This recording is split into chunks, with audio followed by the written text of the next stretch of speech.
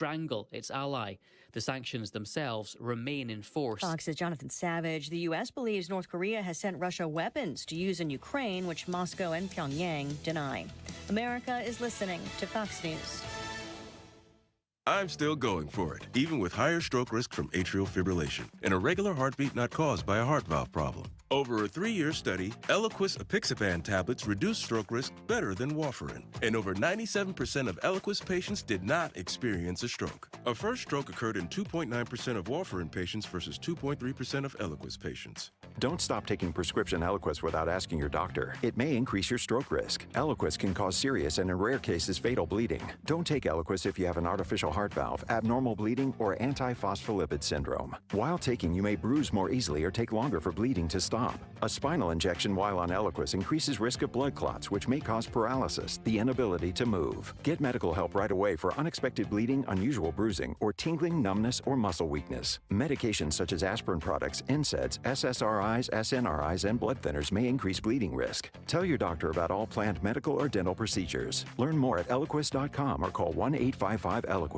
Air Comfort Service, heating, cooling, and insulation. Weather. Chief Meteorologist Dave Murray. Feeling pretty good for our temperatures on this Thursday afternoon. We should peak out at about 65, plenty of sunshine. Tonight, clear and chilly, 42. Friday, Good Friday, sunny skies, warm it up to 72 Friday afternoon. The weekend, Saturday, partly sunny, 75. Sunday for Easter, partly sunny, maybe a spot shower or thunder shower late day, 75 on Sunday. This is 97.1 FM Talk. Chief Meteorologist Dave Murray. Former pro football offensive tackle Mitch Schwartz knows for a guy, buying jewelry is a daunting task at most stores, but not if you go to Diamonds Direct. It's very simple and very easy process for a guy to go in there and not be overwhelmed. Mitch found Diamonds Direct and has been back many times buying jewelry for his wife, Brooke, and he's never felt any pressure. They're going to educate you about what you're looking for, what the diamonds are, how the process works. At Diamonds Direct, we respect both you and your budget. I think everyone's kind of searching for value. You don't want to be taken advantage of, and Diamonds Direct is leading in that regard. You're going to feel really comfortable there. You're going to have a good time. You're going to find something that looks amazing and that you're going to get the best value for it. So if you're worried about getting sweaty palms when you walk into a jewelry store, relax. Take Mitch's advice and enjoy the experience at Diamonds Direct. We have definitely recommended Diamonds Direct to friends, to other teammates. Everyone else who has been through there has had as awesome an experience as we have. Diamonds Direct, your love, our passion. Get directions, showroom hours, and more at diamondsdirect.com. Experience the beauty of custom-crafted windows that enhance your home's aesthetics and energy efficiency. Look no further than Infinity from Marvin, proudly brought to you by Lakeside Renovation and Design. Why choose Infinity? These windows are not just strong, they're 8 times stronger than vinyl, providing unmatched security for your home. Plus, with Lakeside's expert installation, you're guaranteed precision and perfection. Visit our showroom or call Lakeside Renovation and Design today. Elevate your home with Infinity from Marvin, where strength meets style. Mortgage rates have finally dropped. That's right. Golden Oak has 5.375% fixed rates available right now. Our average cash-out customer saves over $1,000 a month. Call today and take advantage of our 5.375 fixed rate. Call 314-567-GOLD. That's 314-567-GOLD. Golden Oak Landing cured my blues. 5.934 APR. FHA 15-year 20% equity qualified credit. Additional terms apply. NMLS 114937. Sick of those annoying ads slowing you down online? Introducing i3 Broadband's 100% fiber optic network with advanced whole home Wi-Fi. With speeds up to 8 gigabits, buffering is so yesterday. Our rock-solid connection keeps you streaming, gaming, and browsing without a hitch, thanks to our ad blocking feature. No contracts, no hidden fees, just pure internet bliss. And we've got a no-risk 30-day money-back guarantee. Dial 877-976-0711 or swing by i3broadband.com/STL. We're local, reliable, and committed to St. Louis. Download the free Upside app and earn real cash back every time you buy gas. Download the free Upside app now and use promo code GIFT for an extra 25 cents per gallon on your first fill-up. That's promo code GIFT. The Annie Fry Show YouTube live chat poll of the day is sponsored by Ruler Foods. Low prices, no coupons. Ruler Foods. That is exactly what I needed to hear. Thank God someone here knows what they're talking about. That's us. That's right. Gotta love this American ride. All right, you need to take the time and get the full picture. Come on, turn the radio on. It's Saturday and I won't be long. Don't get me wrong. I love the ladies. I mean, they rev my engine, but they don't belong in the newsroom. It is anchor man, not anchor lady. What do you want from me? I'm not America's sweetheart. Goodness sake, kid. Keep your voice down. Your father's listening to the radio. I'm not America's sweetheart. This is the Annie Fry Show.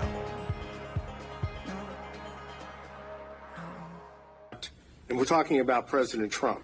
We're not talking about the actions of others.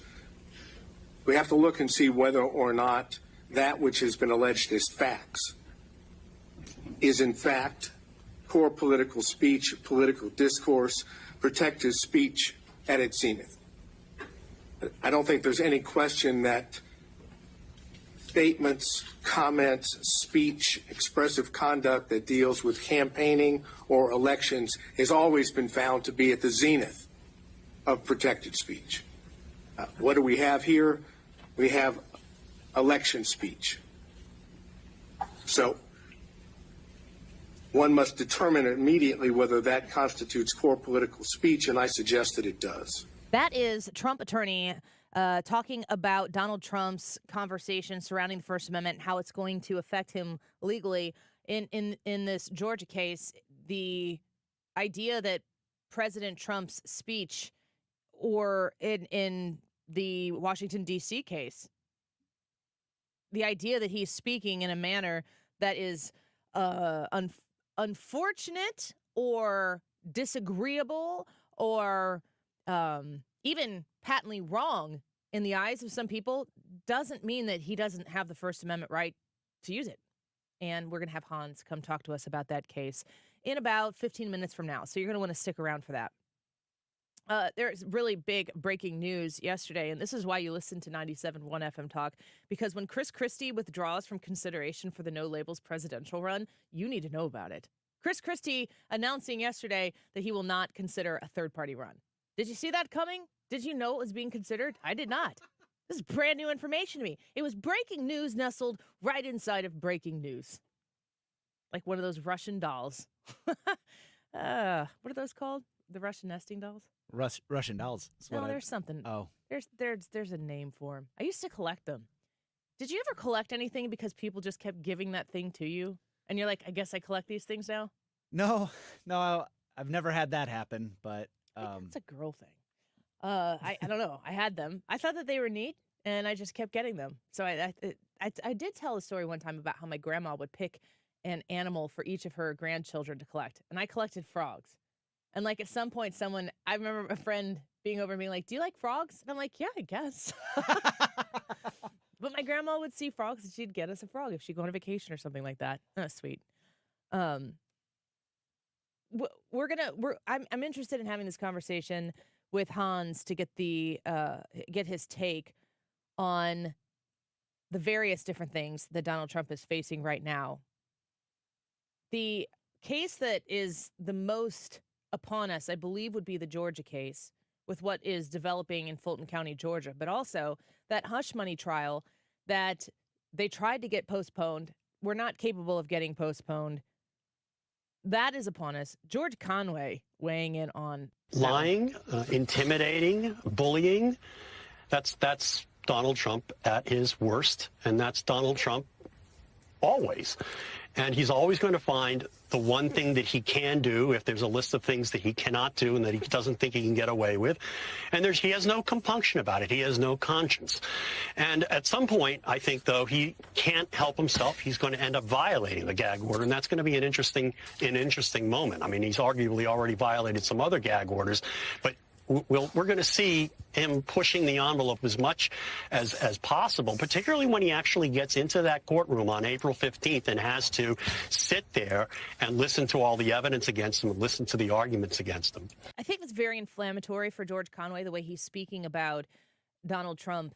And it's a constant reminder. I have to remind myself about this all of the time, because what we get out of the media, of which I'm one of them, and I'm an opinion person. My show with my name on it is so that you come here and I get to select and and cultivate the things that I think are worthy of discussion that day, and why I think anything could be worthy of discussion could be for a whole variety of reasons. It's on me, and then I get to give my take on it. We have news reports at the top of the hour. We, care about the news, but we're here to reflect on the news. George Conway is there to do the same. But I can't help but constantly remind myself that it's never about the end truth that is uncovered in these pursuits of Donald Trump. And, hold that thought for a second, because we're going to come back and ask ourselves, is the converse the same? We go all the way back to when Donald Trump decided he was going to run for office in 2015. If you went back far enough, you would remember that before Donald Trump was running, people were kind of, it's almost like they were amused that the circus could be in town in such a strong and bold and gold-plated way that Donald Trump would be considered as a nominee for the Republican Party. Rewind, I don't know, a year before he said he was going to run for president, and then decades that led up to it. And Donald Trump was beloved by people on the left, the hip-hop community, people in New York City. He was a status icon that people wanted to be attached to. He was the type of person that if you were in the same photograph as Donald Trump, that gave you status. That's how big Donald Trump was. And people gravitated towards it. There's a magnetism to Donald Trump, the individual, before you enshroud that with the office of the presidency. How do you make Donald Trump even bigger? I guess he becomes the president of the United States. But even in the midst of becoming the president of the United States, in some ways, that did make him smaller. It made him more likable by a portion of this country, but hated by others. And the idea that the cardinal sin here, the cardinal red sin of Donald Trump, is that he chose to run as a Republican is really quite telling. And I think it's why we need to always remember what they were able to do with Donald Trump, and the idea that when Donald Trump, should he win in November, should he serve his 4 years and he can't stay enough, I don't know, unless he pulls off that dictator thing, that NBC probably really honestly wants him to do, because they would have continued company with their misery, which they turn into, no, they don't really turn them into ratings. People don't like it. It's miserable. It's miserable. Who wants to be around it? Donald Trump will move away from the spotlight in some way, shape, or form, and somebody else will have to come on, and then they will be the Republican that is the target of everything that these people hate. When George Conway is talking about Donald Trump, he's not talking about the hush money trial. To George Conway, the crime that Donald Trump has committed that he deems, not that he's offended by, because these people do the things that they accuse Donald Trump of. This is not what he's offended by. This is the gamble that George Conway and the people like George Conway, especially at NBC, are willing to roll the dice on the idea that what you hate, to use George Conway's words, are people who are lying, intimidating, and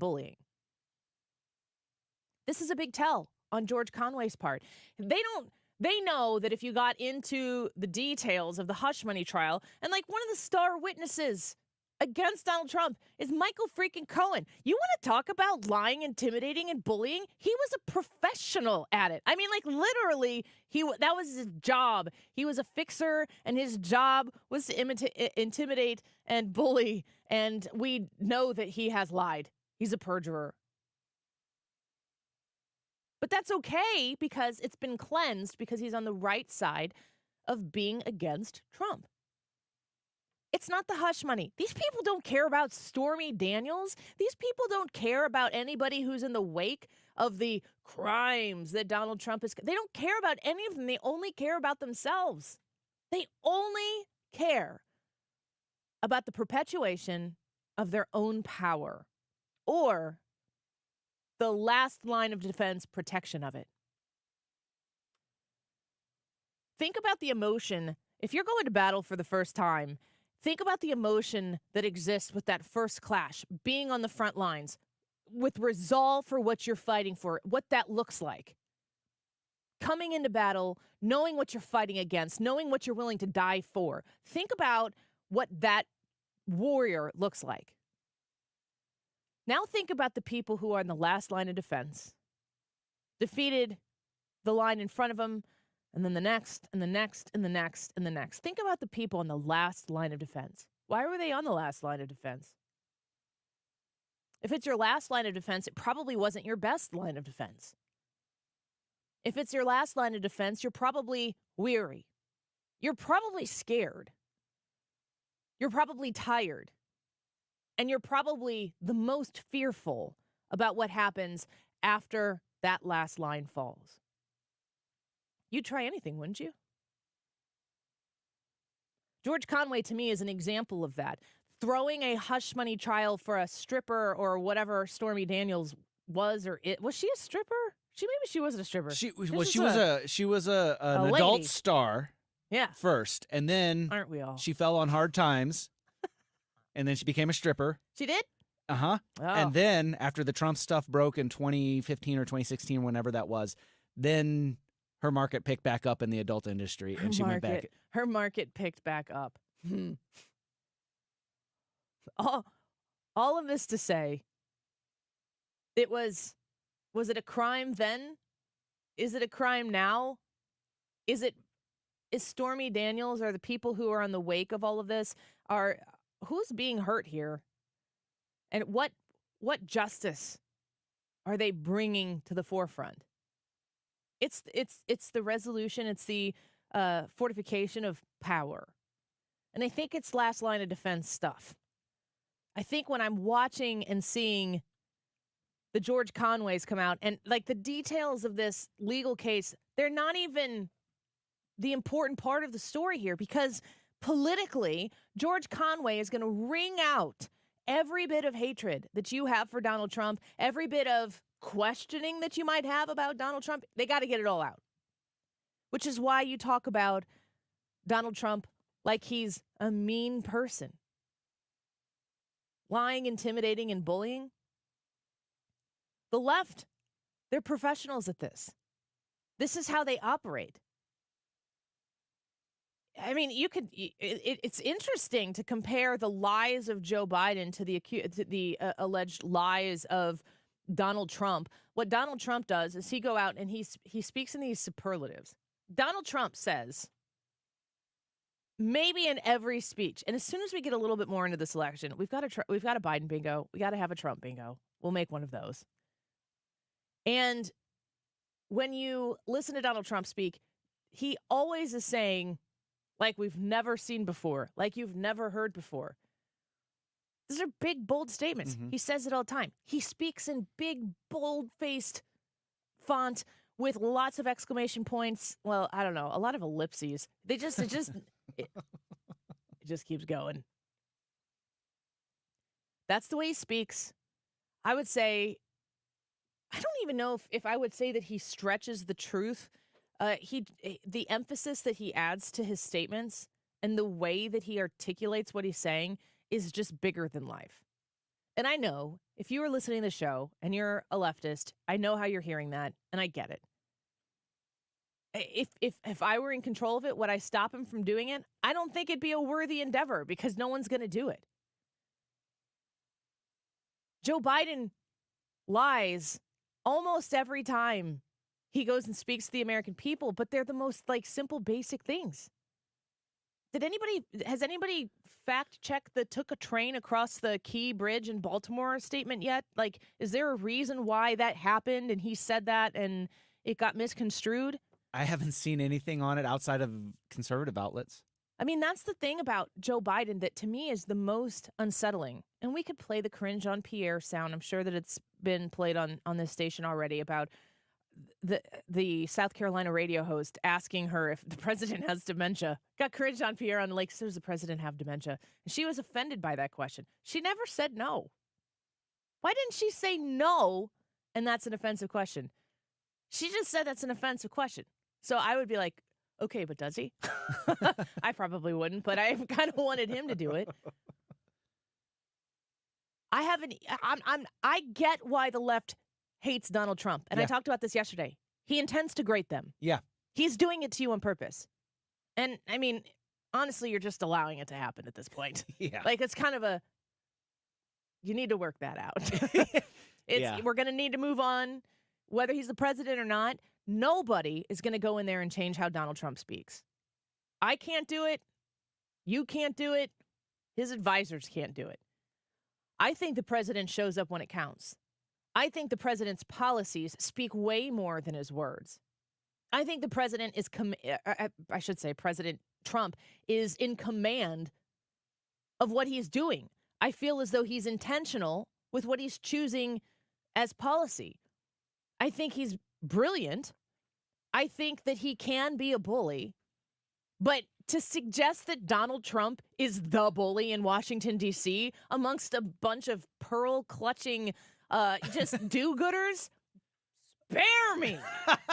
Holy crap. You just don't like him because you can't push him around with the holier-than-thou traditional way that the Democrats bring that fight to the Republicans. He's like, screw you, I don't care. And they're like, what do we do now? We can't certainly talk policy, can we? You wrestle with the pig, you both get dirty, and the pig likes it. I heard that from my algebra teacher in high school. And it applies here. And everybody who's hearing this is thinking that the other person is the pig. I don't know who it is. All I know is Joe Biden is, in my opinion, incapable of being the president of the United States. The policies that he is in command of are killing this country. And if you are somebody who wants to see America be prosperous again, the only route you have to take in November is Donald Trump. If you've been led to believe that he's mean or intimidating, you need to understand that our current president is a doormat. And the people within this administration, the people around the world, are walking all over him and therefore us. And it needs to stop. We'll continue our lawfare conversation surrounding Donald Trump and the court cases that he is embattled with right now with Hans von Spakovsky when we come back. And get some of your questions, too. We're going to check out the Andy Fry YouTube channel here and see what y'all been saying, agreeing with me, disagreeing with me, hating. I can handle it. Bring it on. I can take it. The YouTube live chat poll for today, who is the most responsible for the state of political discourse in the United States? Is it the people, the media, or the politicians? It's a Brad poll question today, and it's a good one. We want to know what you think about it. Come support Brad with your vote participation in the Annie Fry YouTube live chat poll. Leave a comment why you voted the way you did. We'll be back with Hans in a minute.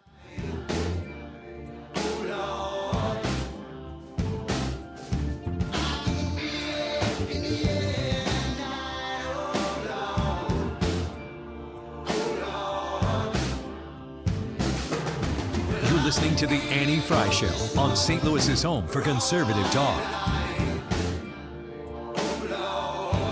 Surprise! Surprise! You know, surprise parties, they can be fun, right? Well, financial surprises, not so much, especially when you're retired, like finding out you owe more in taxes than you thought you would, or having to go back to work to make ends meet. Maybe you think you'll be okay, but why not double check just to be sure?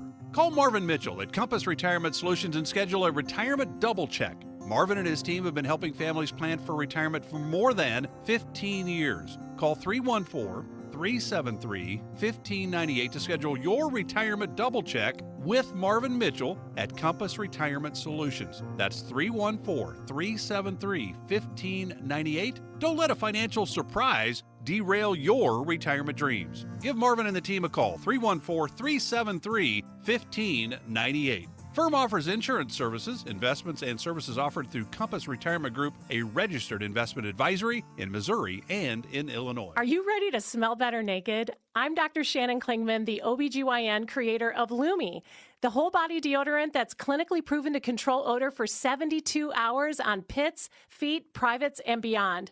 It's pH optimized to safely and effectively control odor anywhere you have it, but wish you didn't. Plus, it's proven to work better than a shower with soap alone. Whether you shower twice a day or 3 times a week, Lumi works better.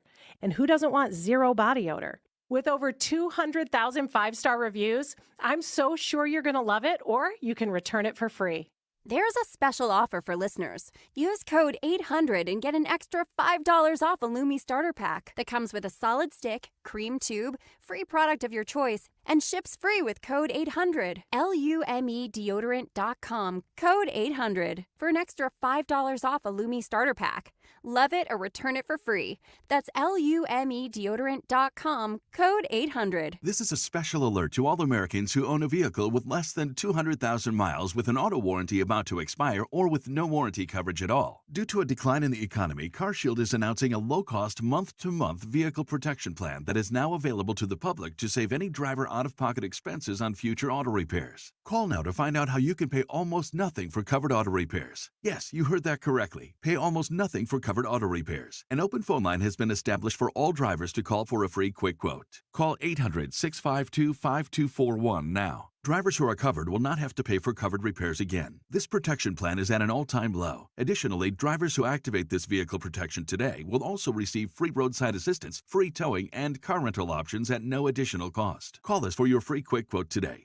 800-652-5241. That's 800-652-5241. What do you have to lose? Call 800-652-5241. Again, 800-652-5241. You're listening to the Annie Fry Show live from the Air Comfort Service Heating, Cooling, and Insulation Studio. Getting in your comfort zone with a new HVAC system is more affordable than you think, thanks to 0% financing for up to 72 months. For details and a free estimate, visit aircomfortservice.com.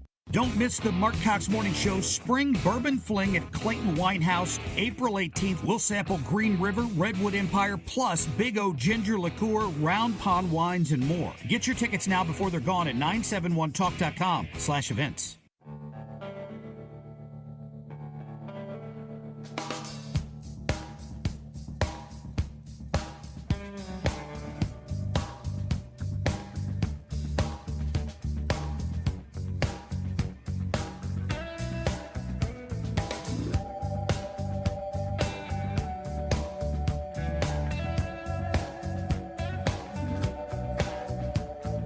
This is the Annie Fry Show.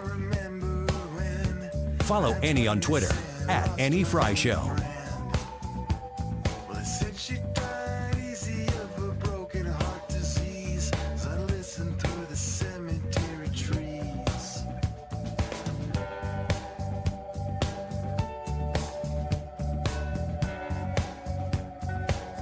All right, so the first thing we have to decide is whether or not, and we're talking about President Trump, we're not talking about the actions of others. We have to look and see whether or not that which has been alleged as facts is in fact core political speech, political discourse, protected speech at its zenith.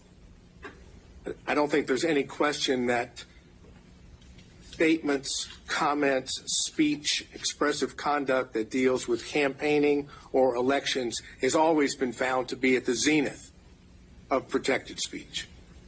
What do we have here? We have election speech. So one must determine immediately whether that constitutes core political speech, and I suggest that it does. We, the people of the United States, More perfect. in order to form a more perfect union, Heritage legal expert Hans von Spakovsky. Hans, welcome back. Always a new topic of discussion to have with you. We're grateful for your time once again this afternoon. Well, thanks for having me. Of course. That was Trump attorney Steve Sadow. I don't know how to pronounce his last name. Right. He's talking about, this is the Georgia, we got to give all the parameters for which jurisdiction are we talking about here, which trial? This is Right. Georgia, and they're arguing, it sounds like, for a dismissal of the whole case. What's going on in Georgia today? Well, they were again up against Judge McAfee. He's the trial judge. He's the same judge that ruled on Fani Willis and Nathan Wade, saying one of them had to withdraw from the case. And the hearing this morning, it's already adjourned now. The hearing this morning was on motions that Trump and other defendants had filed to dismiss the indictment in its entirety because it criminalizes First Amendment protected activity. And in essence, Sadow and the other lawyers were saying that, look, if you look at the indictment, it's saying that by, for example, talking to state legislators with his concerns about the election, by making public speeches in which he claimed the election had been stolen, that by saying that's a criminal act, you are criminalizing political speech and political activity that's protected by the First Amendment, and therefore you should dismiss the case. The state came in and they brought in this guy named John Floyd. You know, everybody says, oh, he's this noted RICO expert. He has an extreme view of RICO. That's the criminal law, as you know, under which they've been indicted. Mm-hmm. And he basically said, no, there's nothing wrong with his indictment. All the overt acts mentioned in the indictment, the political speeches, the speaking to legislators, all they do is show the existence of a criminal conspiracy, and therefore there's nothing wrong with this indictment. So that's what happened. The judge listened to the arguments, did not issue an order. I'm sure it'll be a while before he does that. We're speaking with Hans von Spakovsky, Senior Legal Fellow at the Heritage Foundation. So to bring this just to the most basic terms, in Georgia, they're basically accusing Donald Trump of working with a bunch of people to try to steal the election back, right, so that Donald Trump was saying Georgia should have gone to him, and he was working with people to figure out or concoct some sort of way for that to happen. Is that correct? That's the allegation here? That is the allegation, exactly, that they violated the RICO statute by making false statements in an attempt to overturn the election that he didn't win. So what kind of false statements are they suggesting that Donald Trump made? Is it the conversation with the Secretary of State Raffensperger? Is it other things outside of that conversation that come together in this Georgia trial that they're alleging Donald Trump was using to steal that election for himself? Well, see, that's the real problem with the states, the county's whole case here. Because they are claiming that when Trump said that he had actually won the election, that he knew that was a false statement.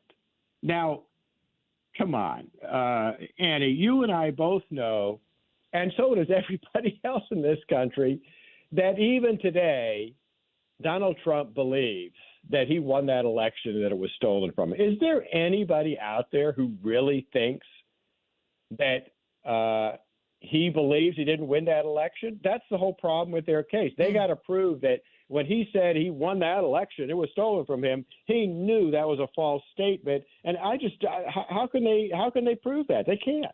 Andy says on YouTube, he was told he was wrong on the phone call to the Georgia officials. So who's got the burden of proof here to prove that Donald? Go ahead. No.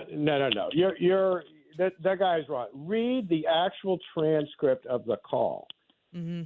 And what he is saying there in that call is that he believes that the Secretary of State and election officials counted ballots that should not have been counted because they were cast by ineligible voters, and that there were ballots cast by eligible voters that didn't get included in the count. That's what the transcript says. So the idea that he said, I want you to falsify the election results, that is not in the transcript. And I've not only read the transcript, I've read over it numerous times, and it's very clear that he believes some votes were wrongly counted and other votes that should have been counted were not. Yeah. I listened to the call. I think it was Tucker Carlson aired the majority of it or something. Yeah, he did. I listened to the whole thing, and you can hear Donald Trump in the way, I don't know what it looks like because sometimes you read something, but when you hear it and you get it in its purest form, I just looked it up here. The number is 12,670 votes is what Joe Biden won Georgia by. My recollection is, you can correct me if I'm wrong here, Hans, I think Donald Trump was saying that there were 6 figures of votes that he had in question. That if you went down every avenue, you just listed there, ballots that were counted that shouldn't be, ballots that weren't counted that should be, and there were a few other avenues where Donald Trump thought, this isn't right. There's something amiss here.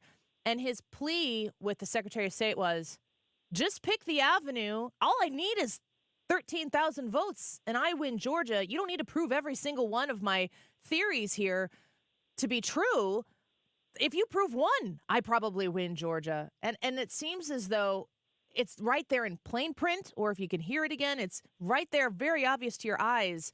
But the basic truths of this haven't really been consumed by the American public. It's been so politicized.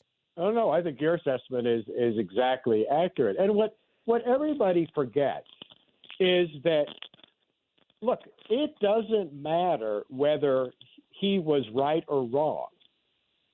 You aren't engaging in a criminal act because you are wrong about the outcome of an election, and it's very clear that he sincerely believed he had won that election. The fact that you may think he's wrong, that doesn't make it a criminal act.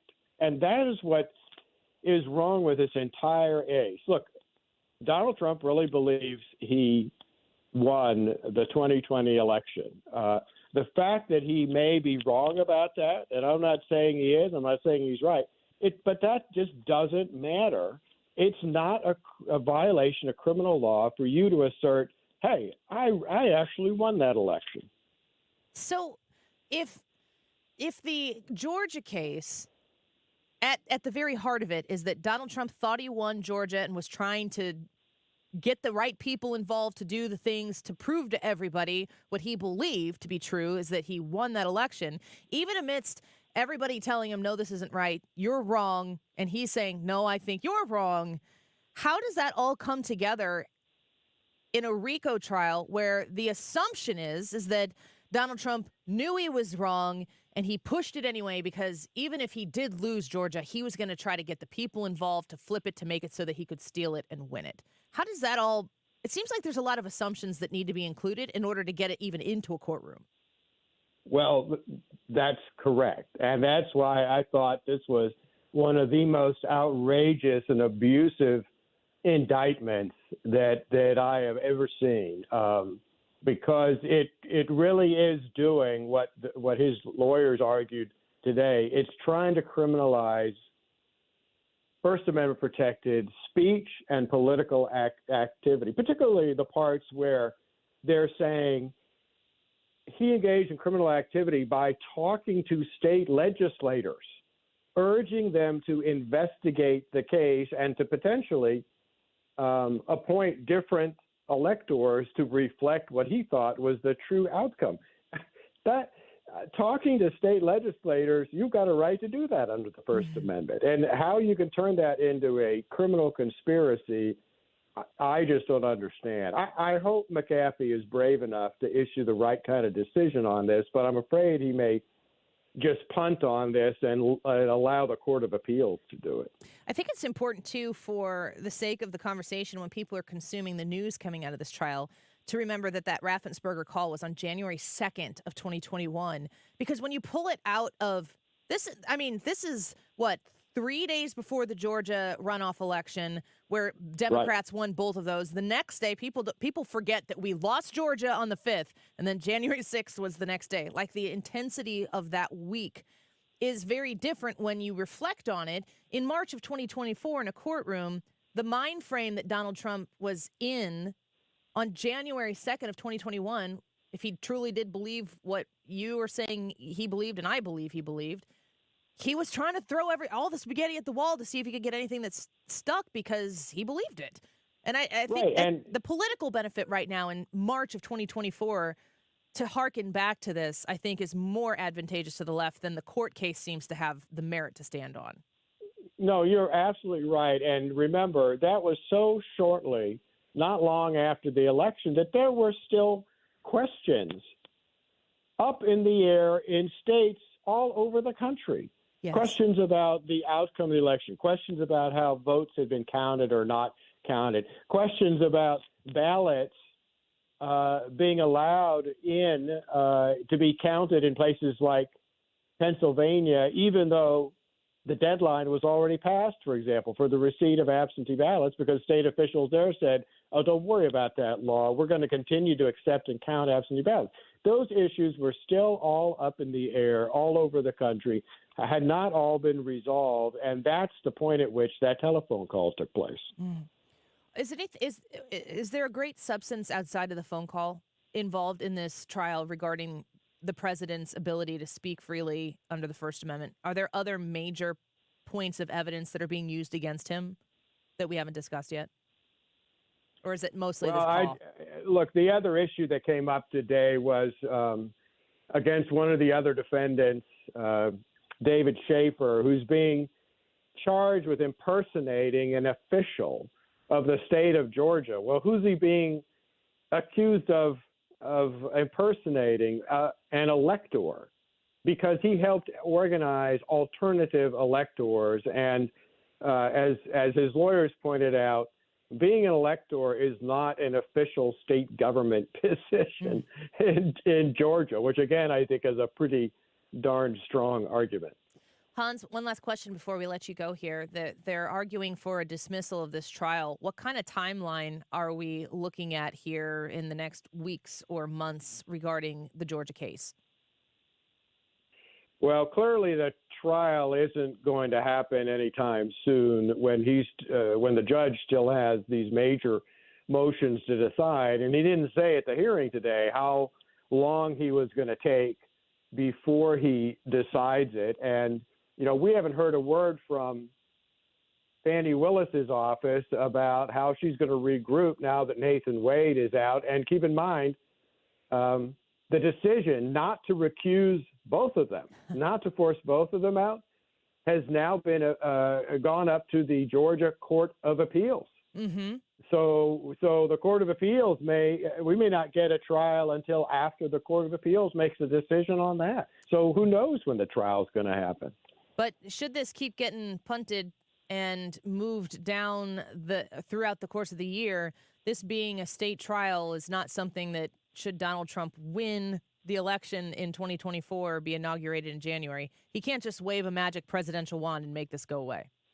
No, he can't, and he can't pardon himself. He can. The federal presidential pardon power only applies to federal crimes, and federal indictments does not apply to state crimes and state indictments. Hans, we're always grateful for your expertise. Thanks for being with us again here today. Sure, thanks for having me. Of course. The senior legal fellow at the Heritage Foundation, a DOJ lawyer, licensed to practice law in Georgia as well, which makes him especially helpful on this trial here in Fulton County, Georgia. Hans von Spakovsky. I cannot emphasize enough. There are certain things that I talk about on this show, and then sometimes I'm like internally going, Annie, this is soapbox territory. Move off. This is a you thing, not an everyone else thing. It is so basically true that Donald Trump was not asking Georgia state officials to manufacture votes. Period. I hate it when people say period, but I really mean it. It's not the case that Donald Trump was conniving in the background saying, oh no, I lost this by 670 votes. I need 13,000 votes. Just go get me 13,000 votes. Who are our friends in Georgia? Who can make this happen? That's not what he was saying on that call to the Secretary of State. I have listened to the entire thing myself. I have studied it. I'm not saying this based on what anybody else's input to me. He was saying the system is broken in multiple places. You don't have to fix it. Let's say he was giving 5 different areas where he thought that there was a problem with the way the Georgia election was taking place, which is why he was talking to the Secretary of State. You don't have to fix all 5 of them. You fix one of them. If it manufactures 13,000 votes, I win Georgia, and we don't have to go through the headache of all of the other things right now. Maybe fix it by the next election. If you are caught up and blinded by the phrase find votes, because it's very, very helpful to your narrative of hating Donald Trump and thinking he's that guy, find the votes. He never asked them to manufacture votes. He believed that there was fraud. He went to the officials whose job it is to run free and fair elections in Georgia and said, look into the fraud in your state, look into these problems in your state, and fix them. And once you get to 13,000 votes and I win, I'm pretty much off your back, but you're going to need to fix elections for the future. That would have been the follow-up. That's added on my part. He simply was not asking to steal an election in Georgia. He just wasn't. And sometimes facts hurt. This one doesn't. This one feels pretty good. All right, let's take a quick break. When we come back, Wiggins is going to be back tomorrow. Is he still going to be back tomorrow? You still picking him up from the airport? I'm picking him up. Yeah, he said he's supposed to be ready to go at about 5. Ready to go? Yeah, I guess at the curb. At the curb? Yeah, they checked the bag. So yeah, he's like, okay. we're going to be at 5. You went to Japan. You're going to check bags. He's going to be back tomorrow, but we're going to be still filling in for him for Wiggins America when we come back. Don't go away. The Annie Fry Show is streaming online. Watch us live on YouTube and subscribe.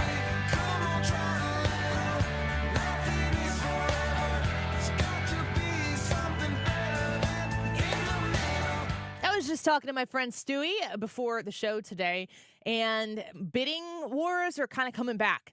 So hint, hint, if you're thinking about selling your house, maybe now's a good time to do it. If you are needing to buy a house and you're looking to win that bidding war, it is a very simple thing that you can do to be able to win, and that's get a bagel loan with Stewart's American Mortgage. He does a few things that make it very, very, very good for you as a buyer, as a competitor in this market. The first thing is no closing costs. Thousands of dollars potentially back in your pocket. Apply it to the loan. If you want to put in an offer that's a little bit above, you're not going to pay that money out of your pocket. Make a more aggressive offer. He can close in 10 days. He just told me that like an hour ago. He can close in 10 days. A super fast close, an aggressive offer. And when you get your pre-approval done, you are going to be able to go into his website and generate your own pre-approval letter so you move as fast as you need to. Stewie's your guy. I'm a 2-time bagel loan customer myself with a refi. Go with him. You can trust him. It's the best mortgage situation in the game. 314-324-4440. 314-324-4440. You can Google the bagel loan for more info. NMLS number 226715. Just imagine being walked all over for 36 years. Who would do that? The great customers of Reinhold Flooring, that's who. For over 3.5 decades, Reinhold Flooring has been the mecca for carpet, hardwood, vinyl, laminate, and area rugs. Reinhold Flooring is customer-driven with a focus on top-quality products and installations from the best team in the business. So come on in and walk all over your next flooring at Reinhold Flooring. Visit them at 5429 Telegraph Road in St. Louis or online at reinholdflooring.com. The Lifestyles Unlimited team of real estate investing mentors and educators want to meet you. Learn to retire in 5 years or less. In St. Louis, 2 days only, April 27th and 28th. Go to GiveMeTotalFreedom.com. GiveMeTotalFreedom.com. Promo code 2024.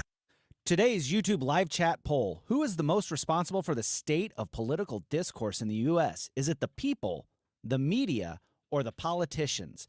All 3 is not an option, so you'll have to come into our YouTube chat and vote on one of those. And when you do vote, tell us which way you voted in the chat so that we might read your comment on air. The time is 12:50. This time check is sponsored by Jerry Kelly Heating and Air Conditioning. It's time for a $98 furnace tune-up. Jeff Lynn's ELO is coming to St. Louis, and the Mark Cox Morning Show is giving away tickets.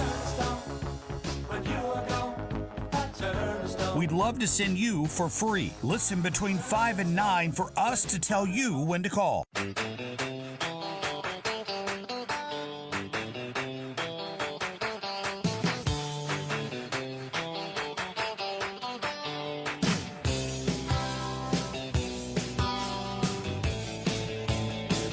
This is the Annie Fry Show.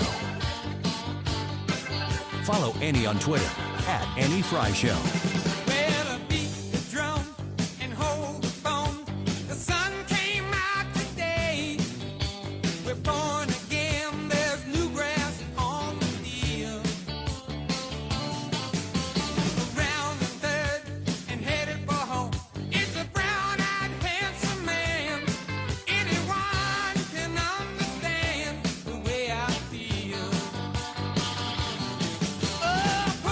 Welcome back to the Annie Fry Show.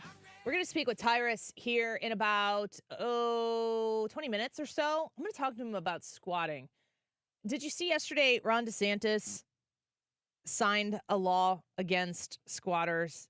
And why is common sense? This so-called squatter scam is something that's happening around the country. There's even videos telling people how to go in and take over an empty house. That was never how the law was supposed to work. And in Florida, we are going to take action today to end this scam and to protect the private property rights of our homeowners.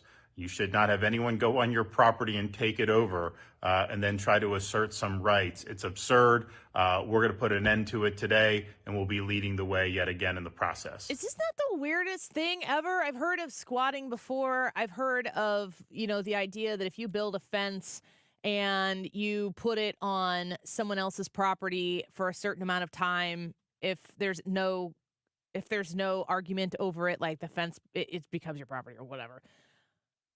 How we're having to write laws for things that were obviously illegal. Why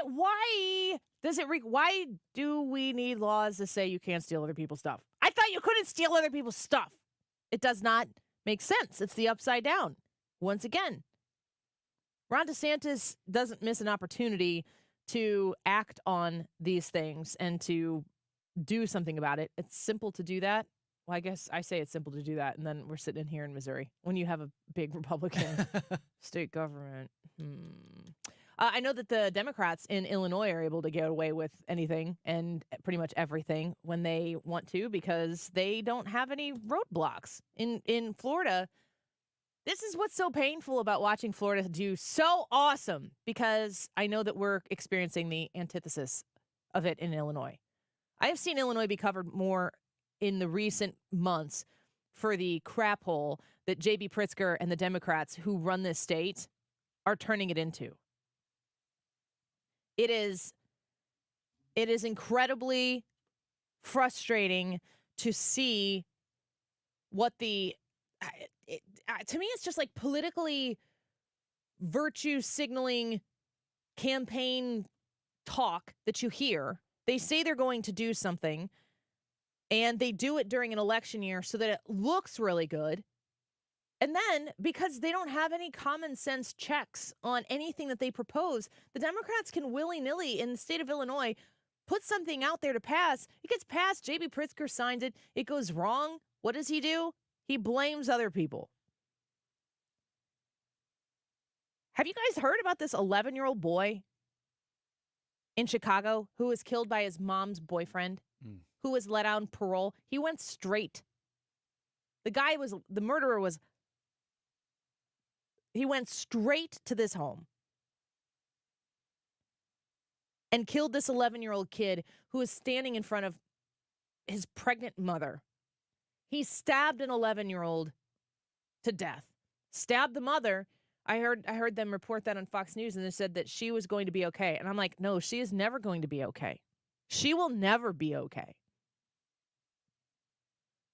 J.B. Pritzker says that the people who are on this prison review board, they got this wrong.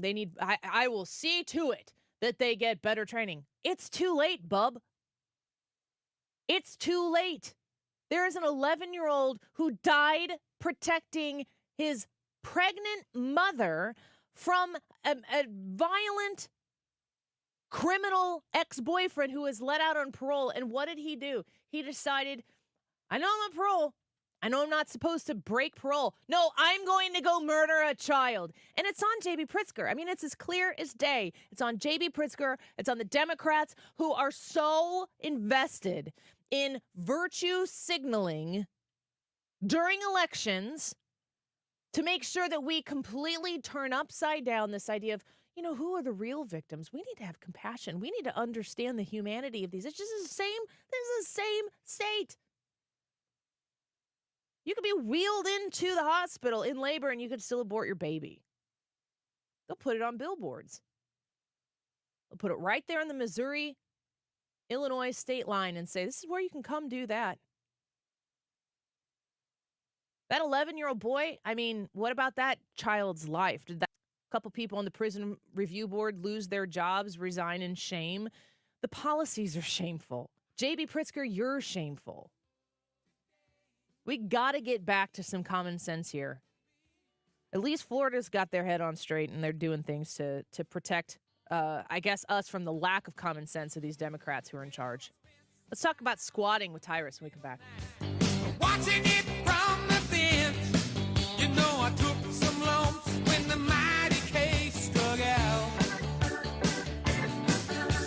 Hi, I'm Bob Kershaw with Retirement Advisory Group. Are you worried about market volatility in this election year? Are you concerned your money won't last you through retirement? Hi, I'm Tammy Kershaw, and as a family-owned business, we are committed to protecting your retirement, whether you're nearing retirement or already retired. We have a lot of folks that aren't aware of all the new investment choices that are available, which give you growth and protection from losses at the same time. Are you aware of all the fees that you are currently paying? We can show you how to avoid those fees. So come in now for your free retirement review and get a second opinion on your retirement plan. And just for coming in, you'll get a copy of our latest edition book, Your Key to a Worry-Free Retirement. Let us show you how to retire with confidence. We are proud to say we haven't lost a penny of our clients' money in 38 years, and we won't lose a penny of yours either. Let our family help your family. Call us now at 314-993-9494 or go online to retirementkey.com. That's retirementkey.com. Hey guys, Glover here with my very, very good friend, Dr. Kathy Maupin at BioBalanceHealth.com.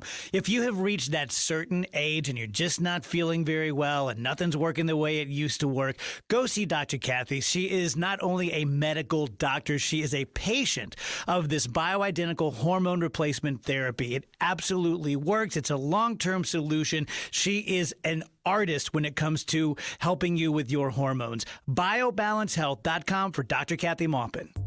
Just imagine being walked all over for 36 years. Who would do that? The great customers of Reinhold Flooring, that's who. For over 3.5 decades, Reinhold Flooring has been the mecca for carpet, hardwood, vinyl, laminate, and area rugs. Reinhold Flooring is customer-driven with a focus on top-quality products and installations from the best team in the business. So come on in and walk all over your next flooring at Reinhold Flooring. Visit them at 5429 Telegraph Road in St. Louis or online at reinholdflooring.com. We're definitely going to be late to the concert. I feel like we should be there by now. I'm just taking a little detour. I gotta fill up my gas tank, and I know this place a couple towns over where the gas is cheaper. Are you serious? We're gonna be late for the concert because you're driving out of the way for cheaper gas? Just use Upside. What's Upside? Upside is the free cashback app that gets you real cash back for every gallon of gas you buy. Wait, I can get cash back just for buying the gas I need anyway? Yes, I use it all the time, and I've made around $200. Now pull over so you can download the Upside app before we miss the concert. Download the free Upside app now to earn cash back every time you buy gas. Use promo code CHEAP to get an extra 25 cents per gallon on your first tank. You can cash out anytime, right to your bank, PayPal, or as a gift card for Amazon and other brands. Just download the free Upside app and use promo code CHEAP for a 25 cents per gallon bonus on your first tank. That's code CHEAP for a 25 cents per gallon bonus. That's code CHEAP. KFTK FM Florissant. From the Under Law Injury Lawyers, GetJim.com studio, 97.1 FM Talk. Always live on the free Odyssey app. The House Speaker puts the Senate on notice. Lisa Brady, Fox News. Speaker Mike Johnson wants an impeachment trial of the Homeland Security Secretary. Now plans to send the 2 articles of impeachment already passed by the House to the Senate on April 10th. The House narrowly impeached the Secretary of Homeland Security, Alejandro Mayorkas, in mid-February. So here's what's going to happen on Wednesday, April 10th. They are going to bring over the articles of impeachment, and the House impeachment managers, these are the House members who serve as prosecutors to the case. They will be marched over, kind of an entourage across the Capitol Rotunda, to the Senate. Fox's Chad Pergram on Capitol Hill. Senate Majority Leader Chuck Schumer's office says senators would be sworn in the next day as jurors, but that trial could end before it really begins in the Democrat-controlled Senate with a motion to dismiss. Republicans accuse Mayorkas of failing to follow immigration laws.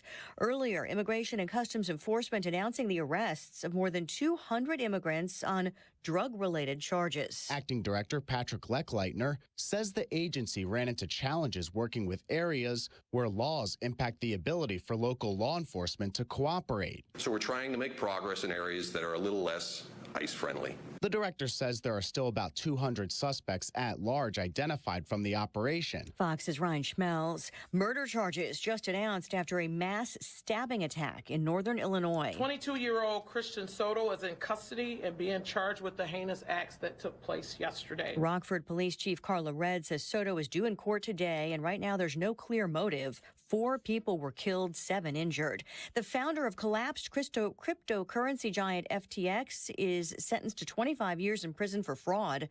Federal prosecutors say Sam Bankman-Fried cheated customers and lenders out of billions. He apologized in court for letting people down, but still plans to appeal. America is listening to Fox News. I'm still going for it, even with higher stroke risk from atrial fibrillation and a regular heartbeat not caused by a heart valve problem. Over a 3-year study, Eliquis apixaban tablets reduced stroke risk better than warfarin, and over 97% of Eliquis patients did not experience a stroke. A first stroke occurred in 2.9% of warfarin patients versus 2.3% of Eliquis patients. Don't stop taking prescription Eliquis without asking your doctor. It may increase your stroke risk. Eliquis can cause serious and in rare cases fatal bleeding. Don't take Eliquis if you have an artificial heart valve, abnormal bleeding, or antiphospholipid syndrome. While taking, you may bruise more easily or take longer for bleeding to stop. A spinal injection while on Eliquis increases risk of blood clots, which may cause paralysis, the inability to move. Get medical help right away for unexpected bleeding, unusual bruising, or tingling, numbness, or muscle weakness. Medications such as aspirin products, NSAIDs, SSRIs, SNRIs, and blood thinners may increase bleeding risk. Tell your doctor about all planned medical or dental procedures. Learn more at Eliquis.com or call 1-855-ELIQUIS. Air Comfort Service, heating, cooling, and insulation. Weather. Chief Meteorologist Dave Murray. Feeling pretty good for our temperatures on this Thursday afternoon. We should peak out at about 65, plenty of sunshine. Tonight, clear and chilly. 42. Friday, Good Friday, sunny skies, warm it up to 72 Friday afternoon. The weekend, Saturday, partly sunny, 75. Sunday for Easter, partly sunny, maybe a spot shower or thunder shower late day, 75 on Sunday. This is 97.1 FM Talk. Chief Meteorologist Dave Murray. We're here to help you get registered to vote, whether you're in Missouri or Illinois. Democracy 2024 on 97.1 FM Talk. If you need help getting registered, go to 971talk.com/vote.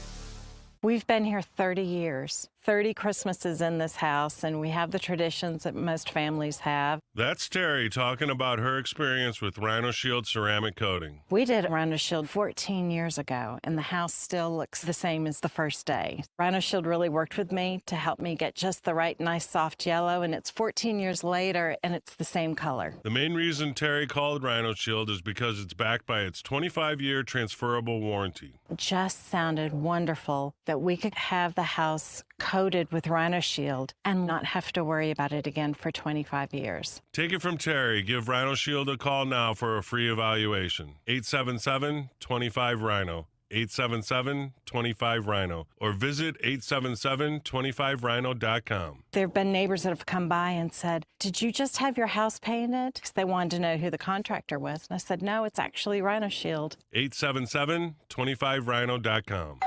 Pizza's here. Oh, great. I'd love some, but I'm worried about my stomach issues. If you're worried about having diarrhea, gas, bloating, stomach pain, or loose, oily stools, it may not just be stomach issues. It could be a condition called exocrine pancreatic insufficiency, or EPI. With EPI, the pancreas doesn't release enough enzymes to break down food, but EPI is manageable. Use the symptom checker on identifyepi.com and talk to your doctor. That's identifyepi.com.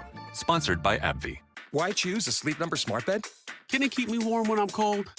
Wait, no. I'm always hot. Sleep Number does that. The Climate 360 smart bed actively cools or warms up to 13 degrees on either side for your ideal sleep temperature. 94% of Sleep Number smart sleepers report better sleep. J.D. Power ranks Sleep Number #1 in customer satisfaction with mattresses purchased in-store. And now save $1,000 on our most popular Sleep Number smart bed. End Saturday. For J.D. Power 2023 award information, visit jdpower.com/awards. To find a store near you, visit sleepnumber.com. The choice of a lawyer is an important decision and should not be based solely on advertisements. If you've been injured in a car wreck, you need the best. Let us make your case our cause. Car accident? Call Onder Law for a free review at 314 or 618-9000. St. Louis Fashion Fund is hosting a Michael Kors Collection Trunk Show April 1st and 2nd at the Mildred Lane Kemper Museum at Washington University. The show is in conjunction with the Michael Kors Speaking of Fashion Talk at the University on April 1st. Shop Kors Spring Summer 2024, and a portion of the proceeds from sales will benefit St. Louis Fashion Fund, a major advocate for fashion in our community and celebrating its 10th anniversary this year. To reserve your spot to shop, go to stlouisfashionfund.org. Mark Cox here. If you're nearing retirement or already retired, call my friends Thomas Helbig and Bob Kershaw with the Retirement Advisory Group. They'll show you how to link to the market without the risk. They're the official financial advisors of my show. Go online to retirementkey.com. The Annie Fry Show YouTube live chat poll of the day is sponsored by Ruler Foods. Low prices, no coupons. Ruler Foods. That is exactly what I needed to hear. Thank God someone here knows what they're talking about. That's us. That's right. Gotta love this American ride. All right, you need to take the time and get the full picture.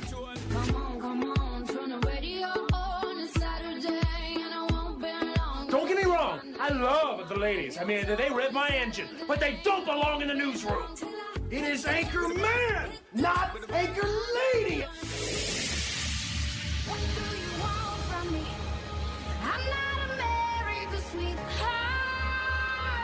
Goodness sake, kid. Keep your voice down. Your father's listening to the radio. I'm not America's sweetheart.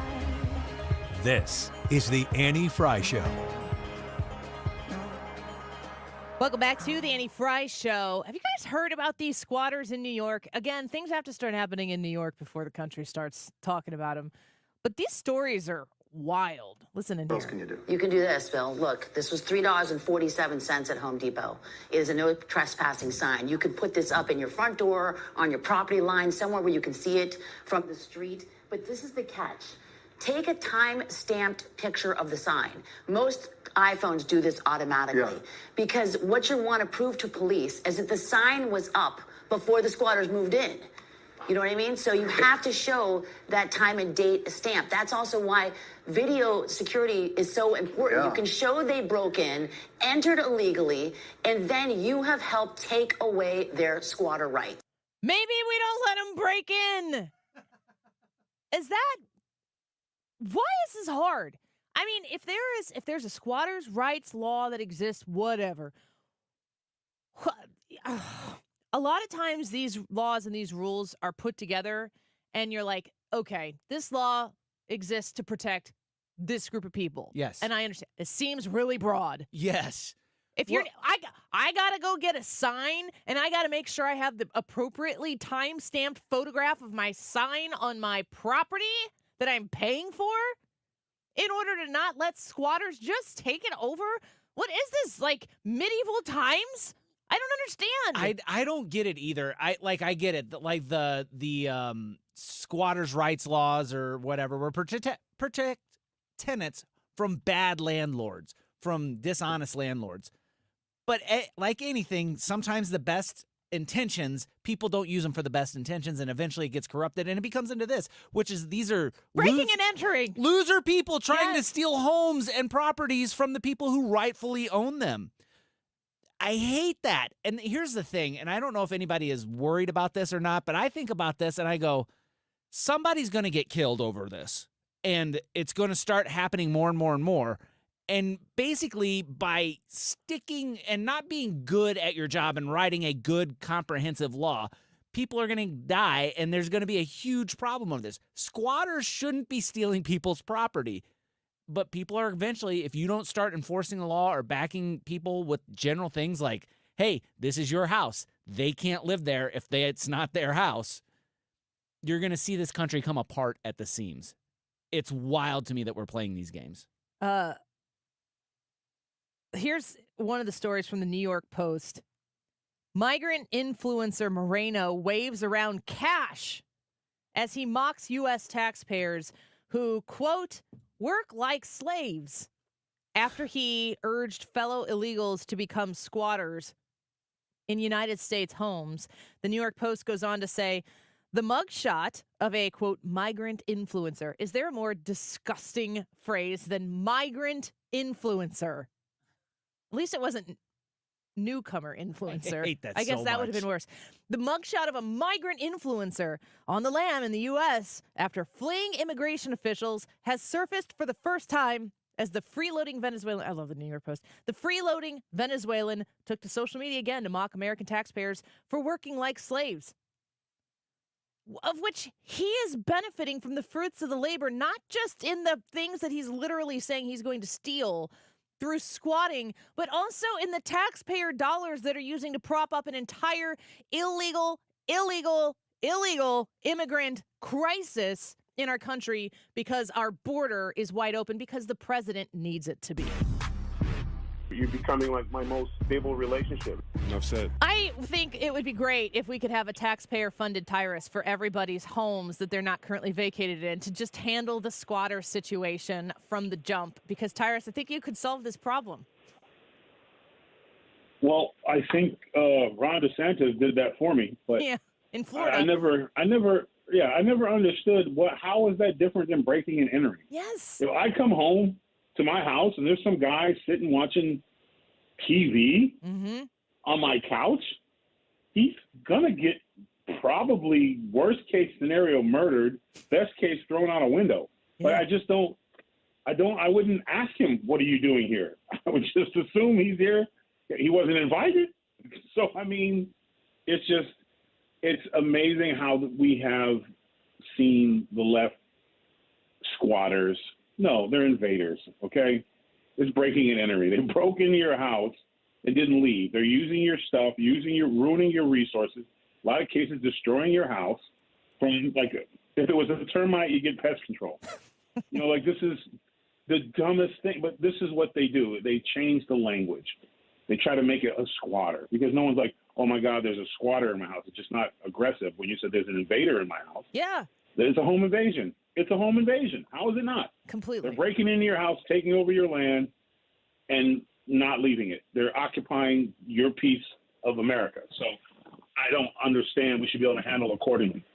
I completely agree. All this new language, I never even liked the term molester because I felt like when they say someone's molested, it doesn't sound to the level of the degree of horror that was done. It's rape. In this country, they use these words to desensitize us and group it. And that's why this stuff happens. Because everyone's like, well, it's not happening to me, no problem. It's a squatter. It's just like he's not an immigrant influencer. He's an invader. Right. And what kills me is he has the temerity to get on social media and send messages for more to come and how to do things. His algorithm, his IP address should be easy to find. And he should have been one of the first people arrested and sent back to where he came from. And then they're like, well, Venezuela's not accepting him. Well, then put him on the border right next to it. Yeah.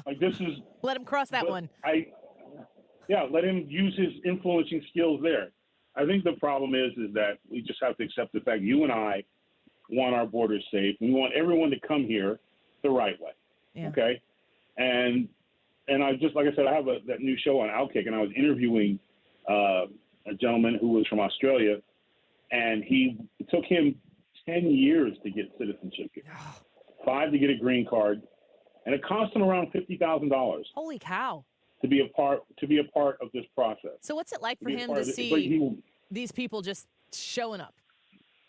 It's disgusting because even the drug cartels only charge him $10,000. So it's literally people that might have gone through the right way are now going, well, it's cheaper and easier just to go through the cartel because they're on the news every night. You can see the success of them getting you across the border. So and the president and this administration, this is what they want. And those of us don't like it. They're not going to change it. You and I getting headaches talking about how they could change it is a waste of time. The only way to change it is with a new administration.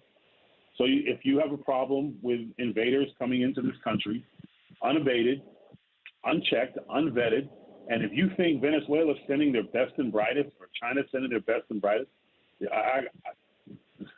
nope. Man, I need to sell you some Bitcoin. I heard there's a vacancy in the industry. Yeah. Really, like 25. Yeah, I'm trying to $25 shares at 25 years apiece. Like It's just we just need to start calling things for what they are. Yeah. And we need to use, on our side, we can't change it, but we need to use the right language. You know, we're talking about no more watering it down. Conservatives, be as straight. a rule, don't like to cuss, but we got to start calling it for what it is. You know, this whole way they change words to make it less. No, they're invading our country. Our country is under invasion. Period. I grew up in California. We had crossings all the time. It was just a different mindset. People would come across to work, and then they'd want to go home to their families in Mexico.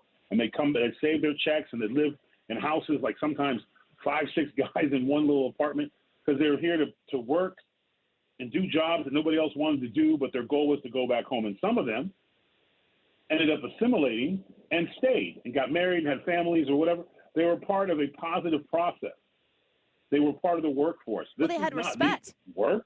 Yeah, they respected what they were participating in.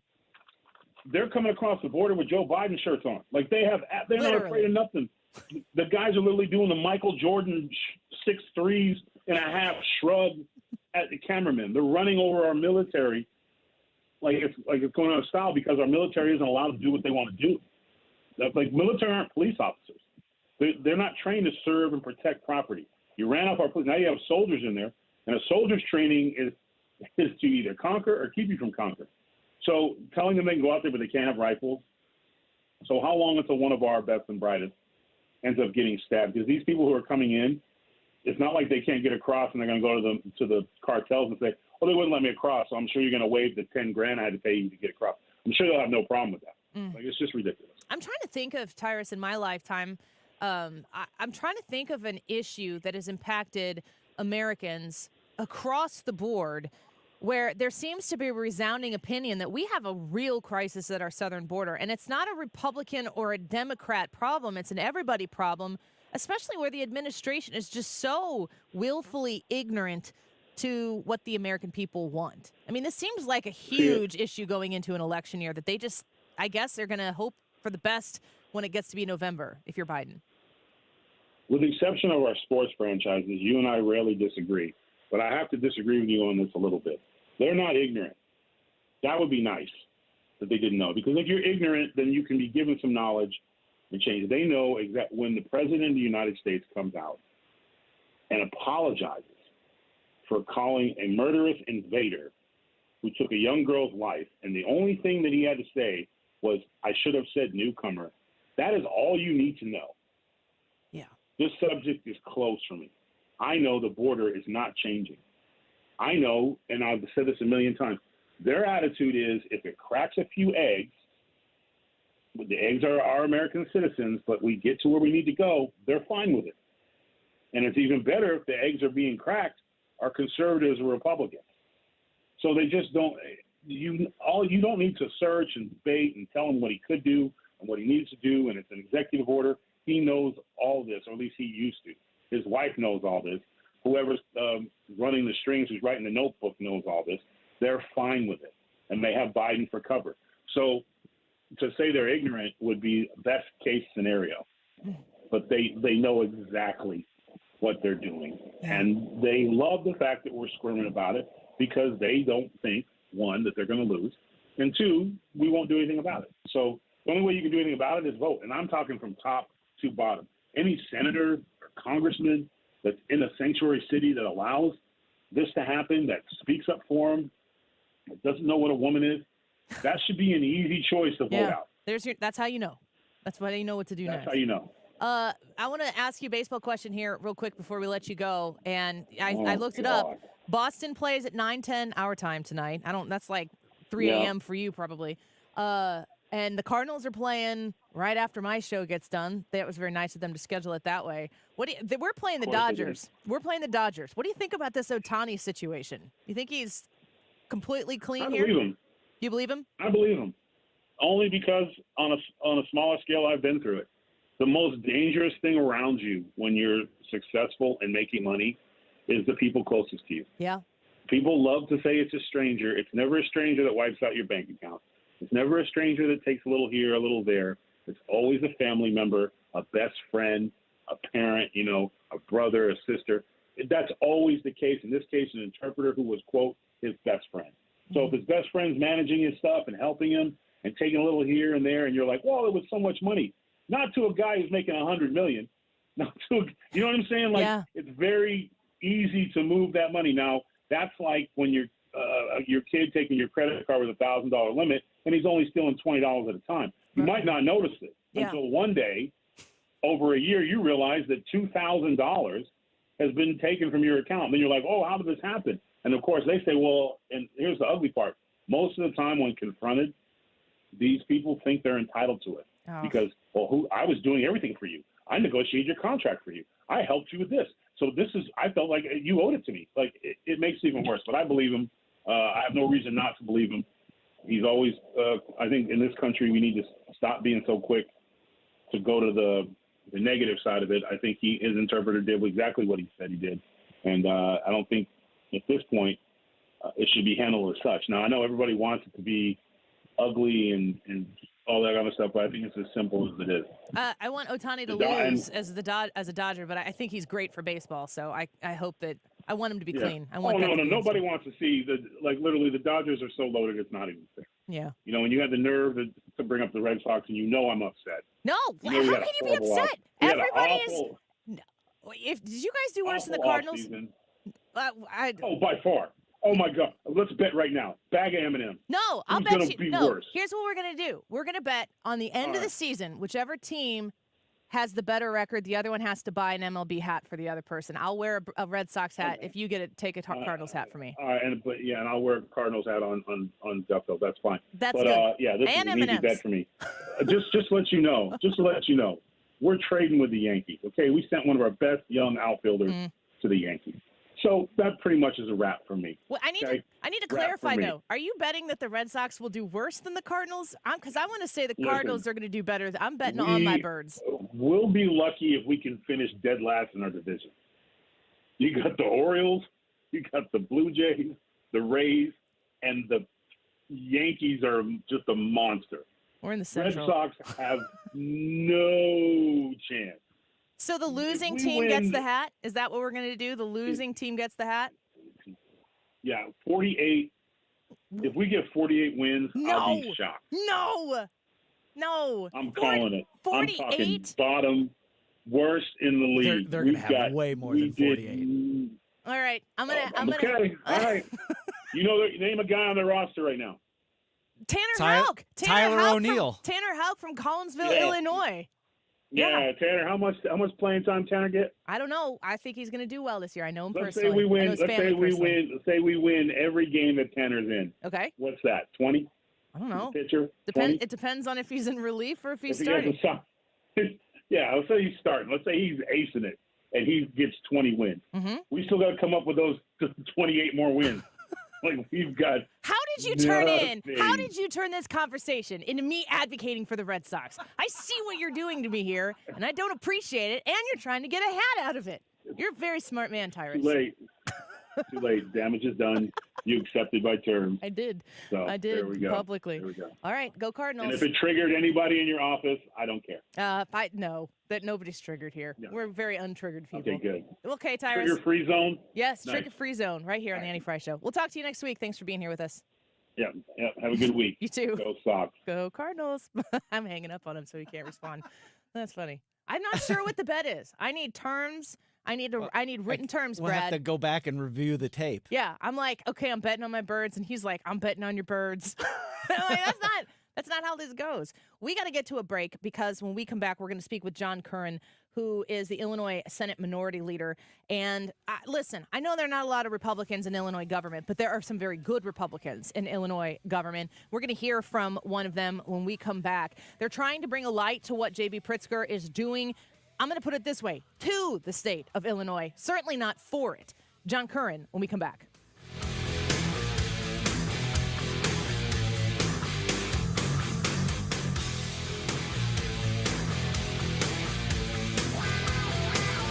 The Annie Fry Show is streaming online.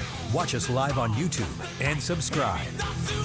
Outdoor Living Redefined, brought to you by Lakeside Renovation and Design, your trusted partner in crafting stunning decks, inviting screened rooms, and elegant porch overhangs. Imagine enjoying a crisp morning coffee on your beautifully designed deck, or hosting gatherings in a spacious screened room. Lakeside turns your vision into reality.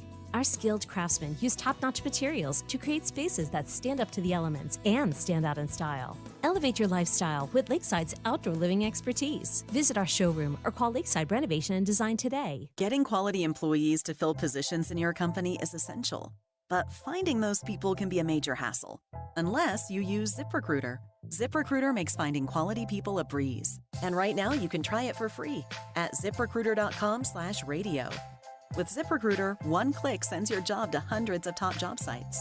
But more than that, ZipRecruiter's advanced technology identifies the candidates with the skills you need, sends you a list of great matches to review, then actively invites them to apply for your job. And the results speak for themselves. 4 out of 5 employers who post on ZipRecruiter get a quality candidate within the first day. That's right, the first day. Now you can focus on your business and let ZipRecruiter do the work finding the best people for you. See for yourself. Experience the ease, efficiency, and power of ZipRecruiter for free. Just go to ZipRecruiter.com/radio.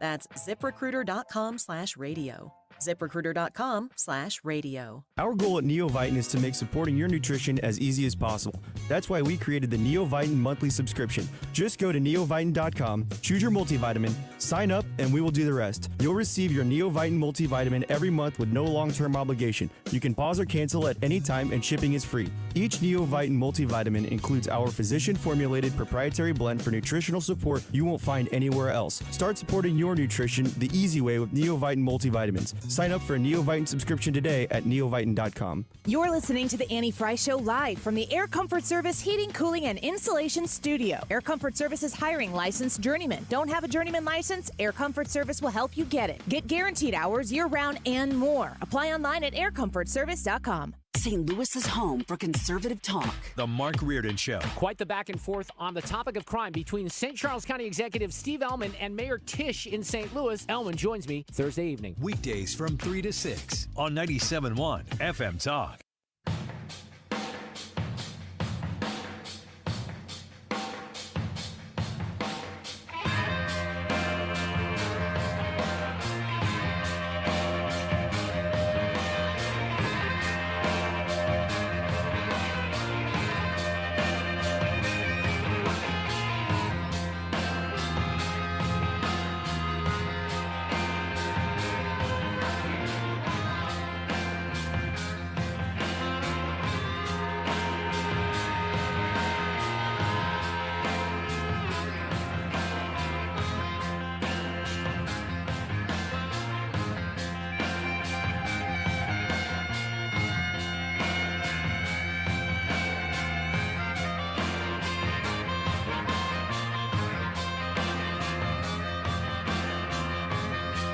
Welcome back to the Annie Fry Show. Just got done with a lively conversation with Tyrus there. Went a little bit long. Sorry about that.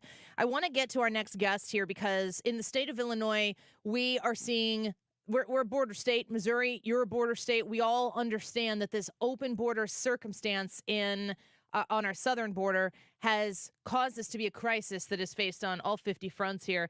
And we're happy to be joined now by the Senate Minority Leader out of Illinois. John Curran joins us right now. Thank you, Senator, for being with us. It's good to have you here. Annie, it's nice to be back with you. I appreciate it. I think that I'm kind of, I guess, guilty of this as well. In Southern Illinois, there's so much frustration over the way the Democrats have driven this state into the ground. So it's like every story that pops up, it just makes you more frustrated than the last. But this migrant crisis is affecting the state top to bottom, and it doesn't seem like J.B. Pritzker and the Democrat supermajority in the General Assembly really have Illinoisans at the center of their efforts here in making sure that we are fighting back against it. What can you tell us about the migrant crisis in the state of Illinois? You know, Annie, they don't have Illinoisans in mind with their policies. And quite frankly, this is all about the governor's national aspirations. And, he quickly, when he first came into office, 6 years ago, issued an executive order and probably proclaimed Illinois to be the most welcoming state in the nation. It was something he got into a back and forth with the Secretary of State at the time for Donald Trump, Mike Pompeo, and he has continued with the cooperation of the legislative Democrats to put in place policies that have really run Illinois into a fiscal disaster centered around migrants and non-citizens populations, and really creating this non-citizen social safety welfare, network of programs in the state of Illinois. And it's something that you are not seeing any other state in the Midwest suffering from. We are truly an outlier. We're speaking with Illinois State Senator John Curran. I can't help but think that there's not enough accountability for the governor or for this Democrat-controlled legislature. All of the different policies they put out there, like how does the taxpayer know where their money is going? How is it being used? Is there some sort of accountability that we can observe just as taxpayers, residents of the state of Illinois, as to how this governor is choosing to spend our dollars? And he is doing his best to hide it from the taxpayers of Illinois. They gave him additional powers, up to 8% of each budget line item within a department of the state. He can move money around, so he can move money into programs for migrants. There's no accountability there. There's not a transparent accounting of all the money he's being spent and how it's being spent. The comptroller has taken a swing at putting up some of the spending, but it's clear when you go to her website, she's got a disclaimer there that it's not everything. And when you actually look into it, it doesn't tell you what it's being spent on. So you really have no idea. So there's been no transparent accounting of what's being spent. We know it is well north of $1 billion, taxpayer dollars a year, being spent on non-citizens, whether it's migrants, whether it's illegal citizens, here with the health care program that only Illinois and California are bold enough to ask their taxpayers to shoulder the cost of that. I mean, it is just running, it's runaway spending, and ultimately we're being stuck with the bill.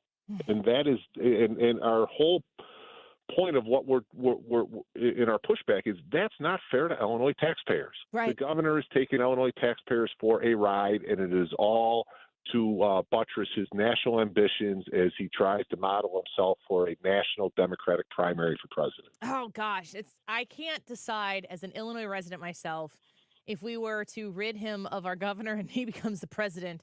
I don't know if that's like a new level of losing or if there's a silver lining there. Boy, it does seem to be that his focus, I've never felt as a downstater that he even acknowledges that we exist, unless he comes to maybe East St. Louis or to show up for some union-funded or fundraiser or something down here.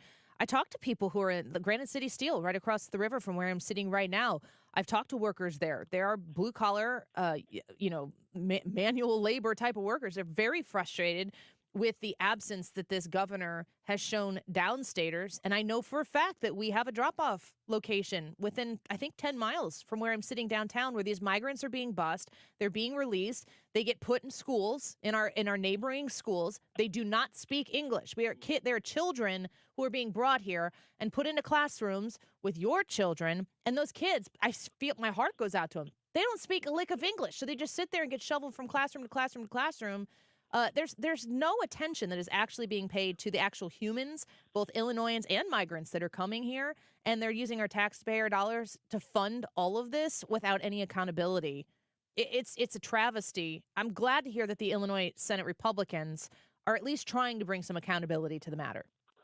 And I don't blame anyone for wanting to bring their kids here. This is the greatest country in the history of this planet. But it is not fair to Illinois taxpayers to stick them with the bill. And these policies, in Missouri, there is no they don't grant public benefits unless you prove either legal residency, you're here legally. In Illinois, there's no such thing. In fact, we actually create programs like his health care program that if you happen to be a legal immigrant, you're not eligible. You're only eligible if you're illegally here. I mean, we've got it so backwards, and we are being stuck with the bill. And now the governor's bold enough to say he wants to billion in tax increases this year to fund all this. So it is. There's no control on it. There's no constraint. He's not going to stop. We need to stop him, and we have to rein this in. Well, we have an election coming up in November, but I don't know how much time we have before there are more dramatic travesties that occur across the state, across the nation because of this open border. What can somebody listening right now, myself included, as an Illinois resident and taxpayer, is there anything we can do to support your efforts and to get involved in a way that can help try to put some more light on this situation? Well, I mean, first and foremost, I have Senate Bill 3170. That's 3170 filed this year. That would if we can get movement on this, and anyone can go on our website ilga.gov and fill out a witness slip in favor of this legislation, we get some momentum here, and that will hold the governor accountable on the transparency in the spending. Beyond that, obviously, we have elections coming around the corner. We have Senate candidates all throughout the state.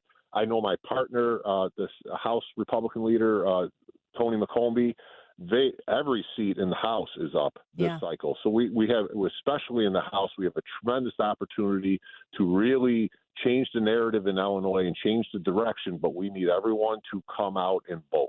Amen. Whether it's mail-in voting early, showing up on election day, we need everyone to come out and vote.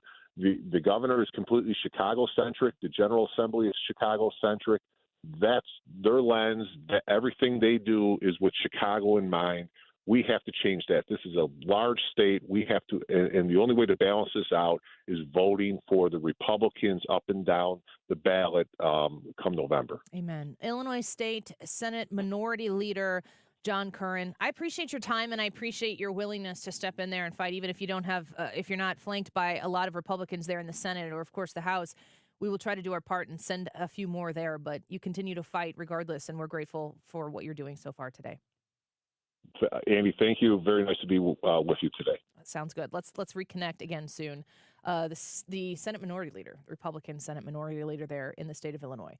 I'm really glad that they're. I mean, how hard is it to argue against accountability? Show us where the money is going. How much money are you taking out of Illinois hard-working Illinois tax-paying wallets to fund the welcome wagon? This isn't just like, if you're in the state of Missouri and you've got people fighting everywhere to try to make sure that this is a sovereign country, of course, in the state of Missouri, you're trying to make sure that the state understands that people respect the laws of the state and the laws of the nation. In Illinois, they're trying to break down. It's like barrier breaking everywhere you go. But it's the pillars of society that we need to have be fortified here so that you can live in the state of Illinois and know that your taxpayer dollars aren't going to things that you absolutely abhorrently disagree with, and that in the end are detrimental to your safety and security within the confines of those Illinois state boundaries. Good to speak with John Curran right there. We're going to take a quick break. When we come back, President Trump spoke from the funeral after Officer Diller's wake in Massapequa Park, New York. And I'm curious what the president had to say. We'll share it with you when we come back. And when I say president, I mean President Trump. Joe Biden wasn't there. He's at a fundraiser. We'll be right back. This is the Annie Fry Show. Follow Annie on Twitter @AnnieFryShow.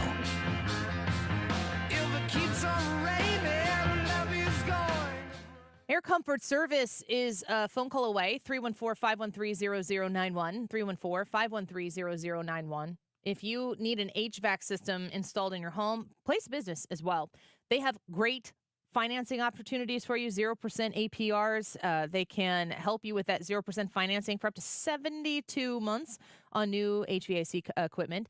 You could also potentially qualify for tax credits. This is kind of tax time. People getting their tax returns in right now. If you've got a check and you know that air conditioning unit is not going to survive another St. Louis summer, this might be a smart opportunity to apply that along with that 0% financing to get the unit in your home that you really need to make sure that you stay in your comfort zone all summer long. Air Comfort Service, 314-513-0091. You're going to get paired up with a representative who's going to be able to walk you through what you need. You can get the system in your home checked out. Maybe you don't need to replace it. You thought you did. Maybe it needs a tune-up or some maintenance. They're going to give you the options that you need to know to make a wise decision for your home, for your comfort zone, for your pocketbook, the whole 9 yards. Myself, I'm a 2-time, 3-time, 4-time customer of Air Comfort Service. They're the people I call because I trust them in my home, around my family, around my pets, and with the HVAC system in my house. 314-513-0091, aircomfortservice.com. This is a special alert to all Americans who own a vehicle with less than 200,000 miles with an auto warranty about to expire or with no warranty coverage at all. Due to a decline in the economy, CarShield is announcing a low-cost month-to-month vehicle protection plan that is now available to the public to save any driver out-of-pocket expenses on future auto repairs. Call now to find out how you can pay almost nothing for covered auto repairs. Yes, you heard that correctly. Pay almost nothing for covered auto repairs. An open phone line has been established for all drivers to call for a free quick quote. Call 800-652-5241 now. Drivers who are covered will not have to pay for covered repairs again. This protection plan is at an all-time low. Additionally, drivers who activate this vehicle protection today will also receive free roadside assistance, free towing, and car rental options at no additional cost. Call us for your free quick quote today. 800-652-5241. That's 800-652-5241. What do you have to lose? Call 800-652-5241. Again, 800-652-5241. On March 15th, 2024, Odyssey License LLC as debtor in possession, licensee of KFTK-FM 97.1, Florissant, Missouri, filed an application with the Federal Communications Commission for an assignment of license and transfer of control to implement a joint prepackaged plan of reorganization. Members of the public wishing to view this application or obtain information about how to file comments and petitions on the application can visit publicfiles.fcc.gov and search in KFTK-FM's public file. Learn to retire in 5 years or less through real estate investing. Learn how, learn now. Let Lifestyles Unlimited show you how. Live in St. Louis, 2 days only. Hilton Frontenac, April 27th and 28th. Go to GiveMeTotalFreedom.com. That's GiveMeTotalFreedom.com. Hey, today's YouTube live chat poll, who is most responsible for the state of political discourse in the U.S.? Is it the people, the media, or the politicians? Lots of votes coming in. We want your vote on our Annie Fry YouTube page. So jump on there, vote in the poll, and then tell us why in the comments what you voted and why you voted that way. We want to know. We might star your comment. We might put it on the air. We might read it out. So the time right now is 1:42. This time check is sponsored by Jerry Kelly Heating and Air Conditioning. It's time for a $98 furnace tune-up. Don't miss the Mark Cox Morning Show Spring Bourbon Fling at Clayton Winehouse. Kim St. Ange, join Mark and me on Thursday, April 18 from 5:30 to 8 p.m. We'll try Proof and Wood, RD1, Four Roses, and more. Tickets are on sale now at 971talk.com/events.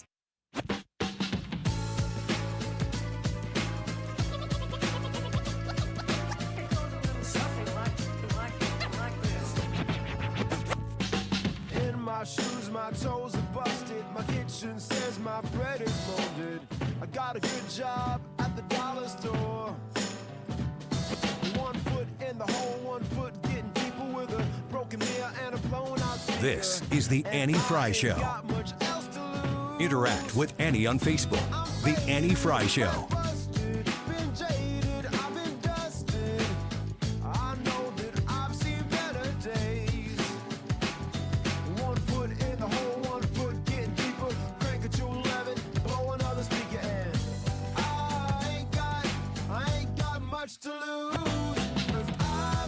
Welcome back to the Annie Fry Show. The former president, I keep saying president, because if I were talking about Obama, I would say the president was saying blah, blah, blah. And I'd be talking about Obama. But he's obviously not the president right now, and he can't be a president again. I was saying before we went to the break that the president was going to speak, and I just caught myself at the very end. President Trump went to the wake for Officer Diller in New York, Massapequa, and he walked up and took some questions or said something, and we wanted to hear what he had to say. So let's listen in, Brad. Thank you very much. Well, thank you very much, everybody. I want to thank Bruce and all of the people that have worked so hard to make this area beautiful and safe. And this is what happened. Is such a sad event, such a horrible thing, and it's happening all too often. And we're just not going to let it happen. We just can't. 21 times arrested, this thug, and the person in the car with him was arrested many times, and they don't learn because they don't respect. They're not given the respect. The police are the greatest people we have. There's nothing and there's nobody like them, and this should never happen. I just visited with a very beautiful wife that now doesn't have her husband. Stephanie was just incredible. Their child, brand new, beautiful baby, sitting there innocent as can be, and doesn't know how his life has been changed. But the Diller family you'll never be the same. You can never be the same. And we have to stop it. We have to stop it. We have to get back to law and order. We have to do a lot of things differently because this is not working. This is happening too often. It's an honor to be here. And again, I want to just thank all of you folks for allowing this. And Bruce, thank you. Bruce has been a friend of mine for a long time. He's done an incredible job out here. But this is such a sad occasion. The only thing we can say is maybe something is going to be learned. We've got to toughen it up. We've got to strengthen it up. This should never be allowed. Things like this shouldn't take place, and to take place so often. So thank you all for being here. It's an honor, and it's an honor for me to be here. This is a great family, the Diller family. I met the friends, and I met every one of them inside, and these are just incredible people that are just devastated. They're devastated. They've got a tough road. It's going to be a very tough road. So thank you very much, everybody. Appreciate it. Thank you, Bruce. Former President Trump from the outside after the wake for Officer Diller. I've been a little, I don't know if I would say uncomfortable, but Joe Biden has a huge fundraiser scheduled today in New York. And there are going to be a lot of people, a lot of names that are present at that fundraiser. But Joe Biden wasn't going to be at this funeral, this visitation. And when I was listening to Outnumbered, it was Emily Compagno said something, and it really struck me. Because I get caught in the trap.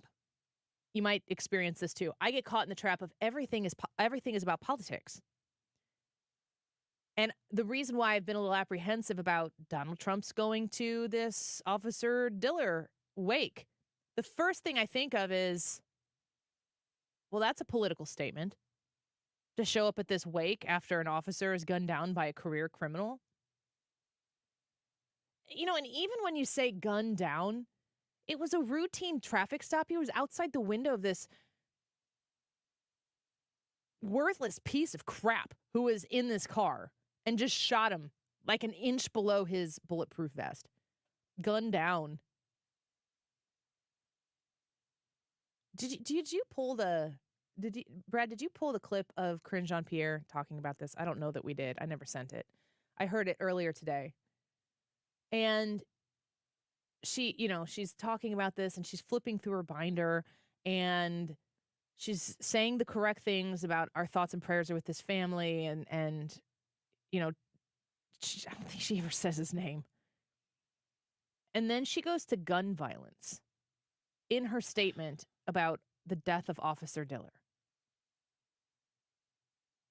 And I'm thinking, should this guy have been sitting in that car to shoot this officer? Did that guy who had a criminal record as long as the day, is it possible that he could have been legally owning and operating that firearm? What extra law should have been passed that would have saved Diller's life from gun violence that day? When did we get away from the idea of saying the man who shot Officer Diller is a bad human? He is a worthless piece of crap, bad human. And if it hurts you on the inside to strip the humanity away from somebody whose prior life existence leading up to that part might not have been the best. They might have gone through hard times. The way the left speaks, they'd start going through the demographics that make them marginalized, and then they react to things because they've been marginalized. No, you can't lump this piece of crap human being into the demographics that they are, because then what you're doing is you're lumping in the other people who don't choose to live their lives like pieces of crap, like this guy who shot this father and this husband and man who puts a shield on every day to go represent law and order that this administration doesn't give a flying crap about. We need to get back to the place where when we see people who are worthless people, we identify them as such. Not as a demographic, because it's not fair if a I'm trying to think of a situation where if there is a woman who is out there committing some sort of crime, if there is a female teacher who is having inappropriate relations with her students, we see that from time to time. The idea that she's a woman has literally nothing to do with the fact that that individual human made a decision, made a choice, participated in an act which makes that person responsible for the consequences of their actions. We're so wrapped up in this super far leftist ideology of like understanding one another and trying to set aside what we know about the world and our worldviews, our perspectives. If I came from a wholesome Christian middle-class home, I couldn't possibly understand what it's like to be this worthless piece of crap that shot this officer dead. And the answer is, yeah, that's correct. I don't understand what it's like because I haven't chosen to live a life of crime. Every single person has choices. Every single person has different circumstances, but every single person has choices. And we make those choices, and we are a product of those choices. There are bad people. There are people who don't see the purpose in thinking about the future. I've been a victim of crime in St. Louis on multiple fronts.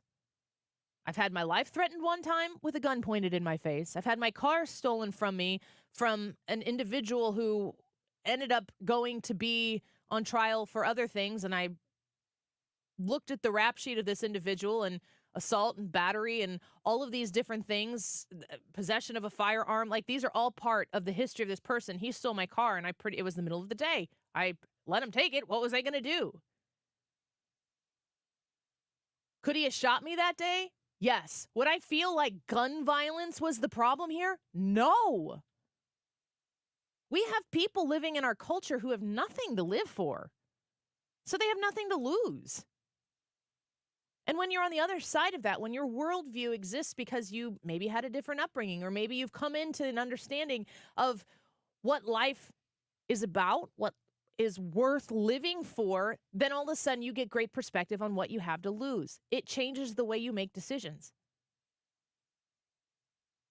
When you live in a society where you're told, we'll take care of you to this extent, you'll be provided for to this extent, and you got to keep me in power, otherwise all of that goes away. That's the threat.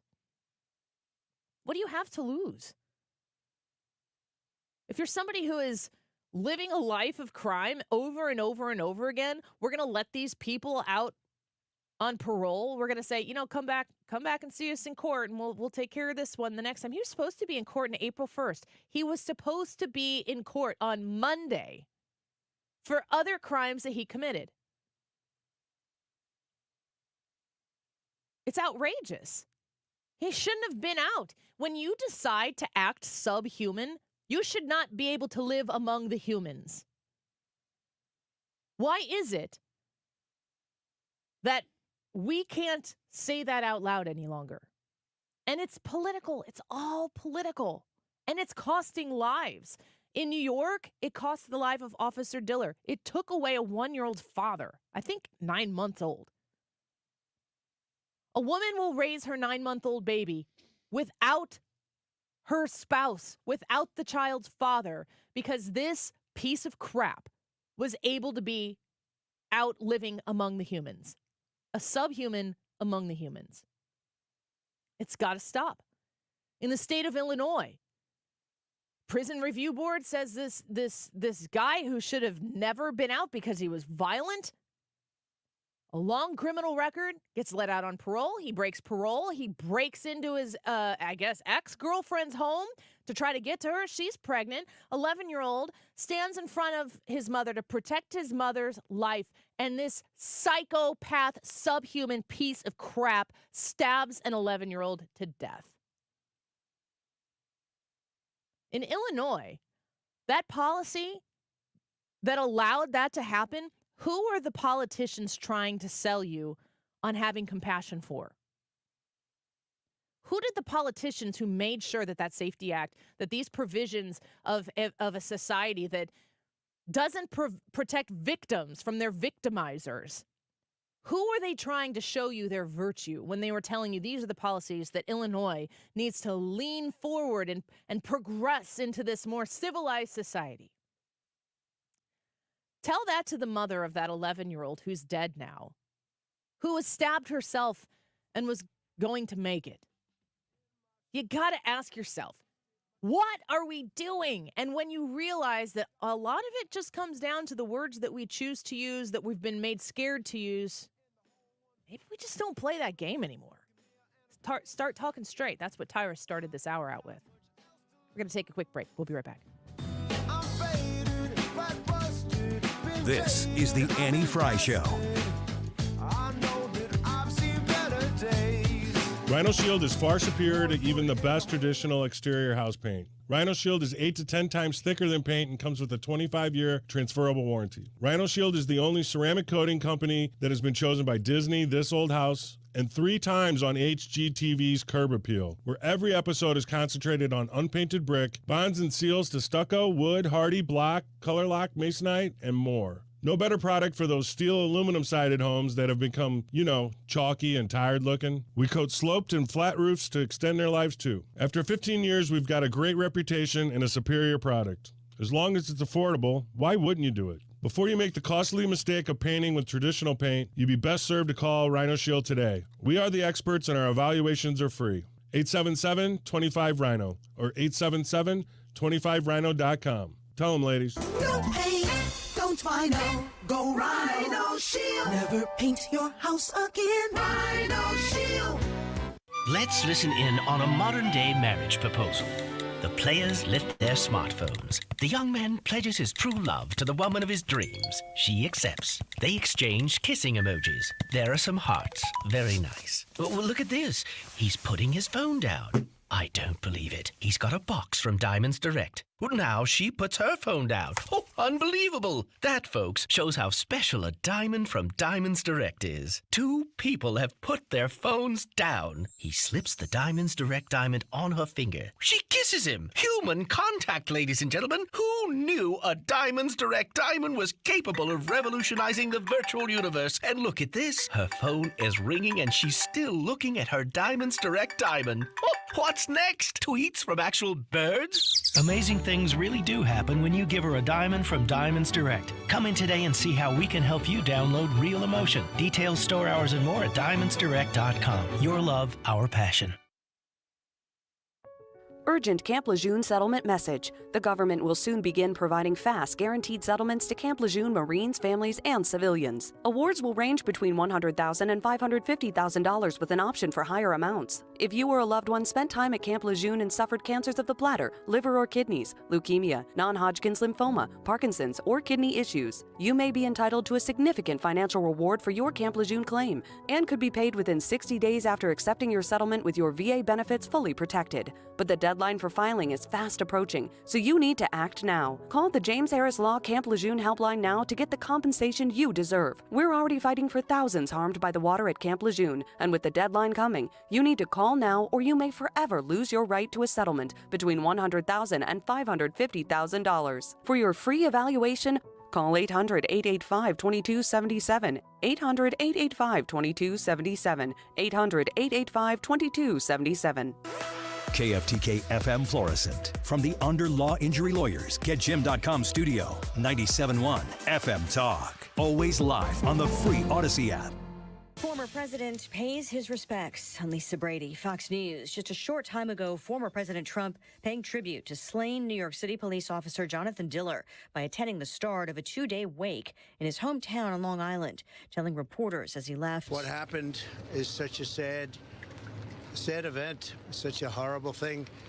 and it's happening all too often. The former president noting the lengthy criminal history of the suspect, who's charged with multiple counts, including murder. He'd been arrested more than 20 times. Diller was shot during a traffic stop. A second suspect, also with multiple prior arrests, faces firearms charges. President Biden is also in New York, arriving earlier today with former President Obama for what's expected to be a record-setting fundraiser, also including former President Clinton in New York City, where pro-Palestinian groups plan protests nearby.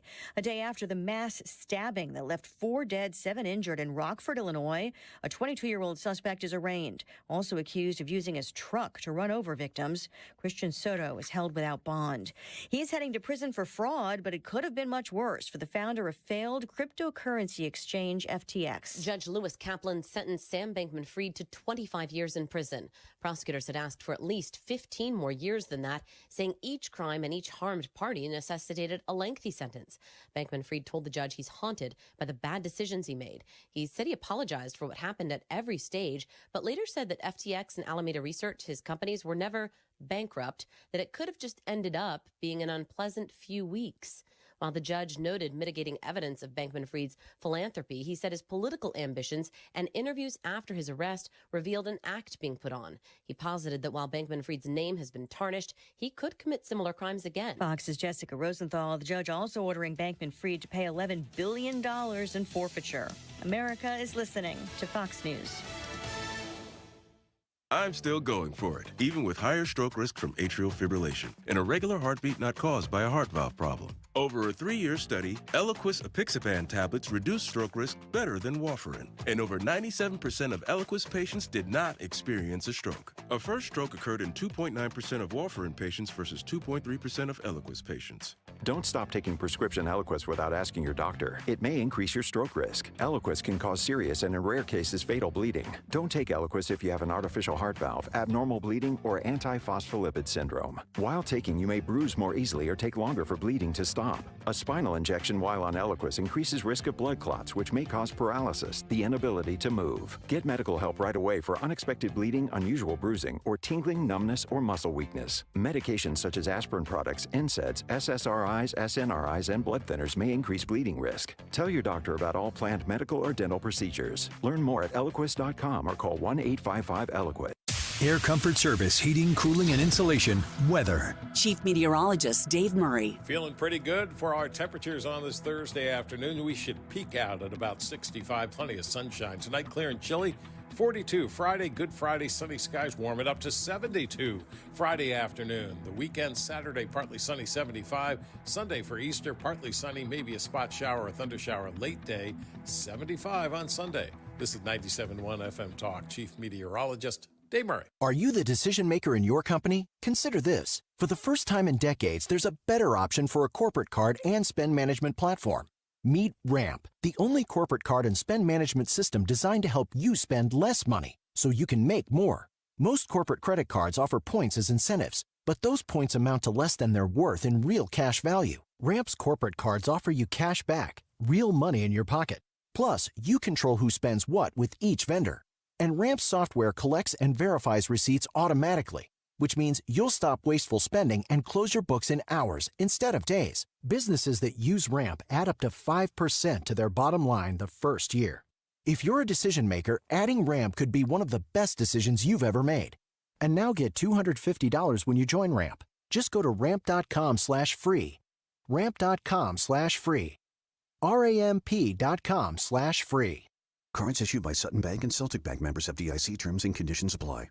We're definitely going to be late to the concert. I feel like we should be there by now. I'm just taking a little detour. I gotta fill up my gas tank, and I know this place a couple towns over where the gas is cheaper. Are you serious? We're gonna be late for the concert because you're driving out of the way for cheap. Upside. What's Upside? Upside is the free cashback app that gets you real cash back for every gallon of gas you buy. Wait, I can get cash back just for buying the gas I need anyway? Yes, I use it all the time, and I've made around $200. Now pull over so you can download the Upside app before we miss the concert. Download the free Upside app now to earn cash back every time you buy gas. Use promo code CHEAP to get an extra 25 cents per gallon on your first tank. You can cash out anytime, right to your bank, PayPal, or as a gift card for Amazon and other brands. Just download the free Upside app and use promo code CHEAP for a 25 cents per gallon bonus on your first tank. That's code CHEAP for a 25 cents per gallon bonus. That's code CHEAP.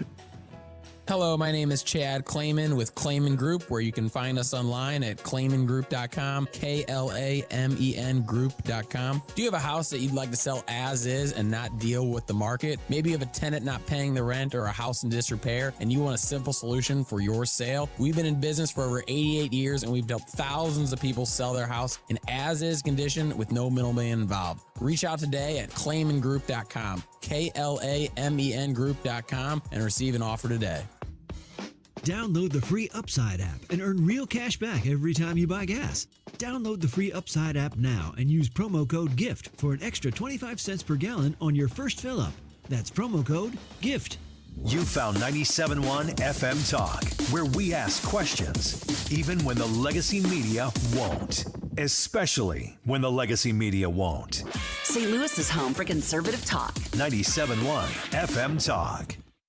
The Annie Fry Show YouTube live chat poll of the day is sponsored by Ruler Foods. Low prices, no coupons. Ruler Foods. That is exactly what I needed to hear. Thank God someone here knows what you're talking about. That's us. That's right.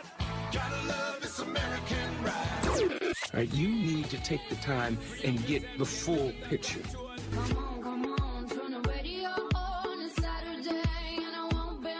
Don't get me wrong, I love the ladies. I mean, they rev my engine, but they don't belong in the newsroom. It is Anchor Man, not Anchor Lady. What do you want from me? I'm not America's sweetheart. Goodness sake, kid. Keep your voice down. Your father's listening to the radio. I'm not America's sweetheart. This is the Annie Fry Show. Welcome back to the Annie Fry Show. Thanks for being with us on this, what day is it? My sheet says Thursday. Can you confirm, Brad? It is indeed Thursday. It's been Thursday all week. Oh my gosh. Now that you say that, yeah, that's exactly how it feels. It's felt like that all week. And it's finally Thursday. Unfortunately, now it feels like it should be Friday. Ryan's supposed to be back with us tomorrow, and we're all leaning in to see if he actually shows up. He should be landing. He should be in the air. Yeah. I just got a text message from him. It said, where is he? He said what was that? Layover area? Or is he in the This air? was at 2. We're so 30 like now. minutes delayed. We're on the runway, though. Maybe the last text I can send before we land. Okay. And so. Do you know where his layover is? L.A., I believe. Okay. Dude's been in Japan for a week plus. I want to know from people listening right now, like, how much Japan do you want to know about? How is he going to do this? I mean, that's a him problem, isn't it?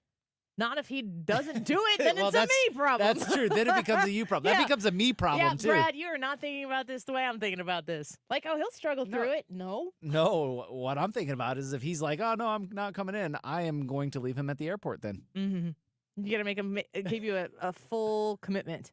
Yep. I'm going to have a document written up by legal for him to sign when he gets there. And if he doesn't sign it, I'm just leaving him at the airport. I'll take Katie home, but... Current local time in Tokyo, Japan. Why is this hard to Google? This should be easier than it is right now. I think it's the middle of the night. I'm looking forward to it. I want to hear his stories. I mean, he sent us a couple videos, and we've posted those on the Annie Fry YouTube channel if you want to see. The Trump one is the funniest one. 4:09 in Tokyo. AM? AM, yes. Ryan doesn't function on no sleep. He's got a schedule. He gets if it gets to be like 10 p.m., if we're doing something, we went to Florida last year together, like he turns into a pumpkin. Yeah, it's pretty bad. He man, when we went to Disney, his head he'd be asleep before his head hit the pillow. Mm-hmm. But I mean, it was like to the room, he's out. Yeah. And I'm still like trying to decompress and unwind from everything that we did. All I hear is like he pops that little mouth guard thing that he's always talking about in his mouth, and boom, he's out. He's gone. That's a skill. Well, I've missed him. I know that you guys have missed him as well. So he should be back tomorrow. And I'll be excited if he is, and I'm going to be not very happy if he's not. Me neither. Have you told him what we're doing? No. Should we tell the people? Oh, yes. He's not Because he's not listening. going to be able to listen. He'd tell me the Wi-Fi is probably bad on his flight, so. That's just an excuse. We're going to make him be a contestant on X's and O's tomorrow. Yeah, which is going to be a blast. So what kind it'd be funny if we asked him all Japanese news, see how much he paid attention while he was over there. But Trisha's writing the questions for X's and O's every Friday at 2 o'clock. We do X's and O's if you haven't heard us. It's a fun recap of the week in news. And we generally will have two people face off as contestants. And sometimes they are clients of the show or friends of the show or coworkers who are really happy to be here on a Friday afternoon. the two people who are here. But then it's just like Hollywood Squares, a tic-tac-toe board, Hollywood Squares. Each square is numbered 1 through 9. Each square has a question attached to it. And then the contestants get to pick from the experts. And so Brad and I will be experts, and we will, sometimes Leah is an expert. We've had other people come in here and be experts. But Ryan is the host. This is Ryan's hour of the show. But we assume that he hasn't probably paid a whole lot of attention. So the idea here is we're going to tell him, don't you dare text him and tell him this if you have his personal number. Keep this a secret. Be on our side here. But peer pressure him to come to work tomorrow. Or just peer pressure him if he doesn't.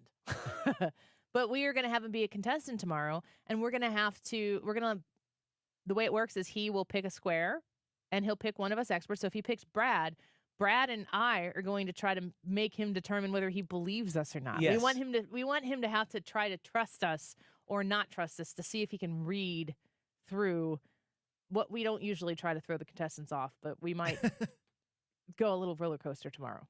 Yeah, it'll be a lot of fun. I'm looking forward to it, and I am looking forward to him being back on the show and getting the natural flow of events. My family is on spring break now, and I usually would take this time off, but since Ryan took it off, I couldn't take the whole time off. So my everybody is at home right now, and today's Thursday. To look at the paper again. Today is Thursday. My husband's first day off of school. He has Thursday, Friday, Monday, and the kids have had all week plus next Monday. And today I had a dumpster delivered to the driveway. And I'm so excited for this dumpster. Why is this? Do y'all understand the excitement of a dumpster? The ability to free your space of things that you move around and walk around all the time. It's going down. My husband just told me on the phone, he goes, I was in the house, he was cleaning or doing laundry or something, and our son came up to me and goes, Dad, there's a dumpster in the driveway. And Dad goes, oh yeah, Mom got that. And he said something like, uh-oh, this isn't good. They know it's coming. You gotta break the seal. You gotta throw the first garbage bag into the dumpster, or that first rickety piece of furniture that you're working around and you gotta sit in it a certain way, or you just don't ever, you just live around stuff. You don't use it. Throw it away. Put it in the dumpster, and then you go, that felt good. What else can I throw away? My kids are like running away from me, like, don't throw me. I'm looking forward to it. A lot of purging, especially when you have 4 kids. The last time I had a dumpster, I think would have been maybe 4 years ago. I bought it at a school auction. Very smart move to put a dumpster, in my opinion, on a school auction. If there's somebody who is in your area, if you're doing a school auction or some sort of silent auction, to get a dumpster on there. I don't know if there's a company. I don't remember the company specifically that did the first one, but I'm looking forward to it. Have you ever had a dumpster? No, but I've never had enough stuff to need a dumpster. Would your wife think so? No, you know what?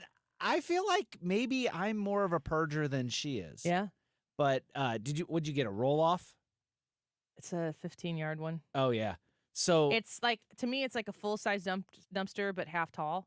Okay. It's 5 feet tall. Okay. So it's easy to just throw stuff in. It's not the full size. We've done some things where, you have the dumpster, and not at our house, but at friends' houses and stuff like that, and we've gone and helped them, quote unquote, move, and a lot of moving is purging. And just to be able to grab whatever it is that, like, do you want to keep this? No.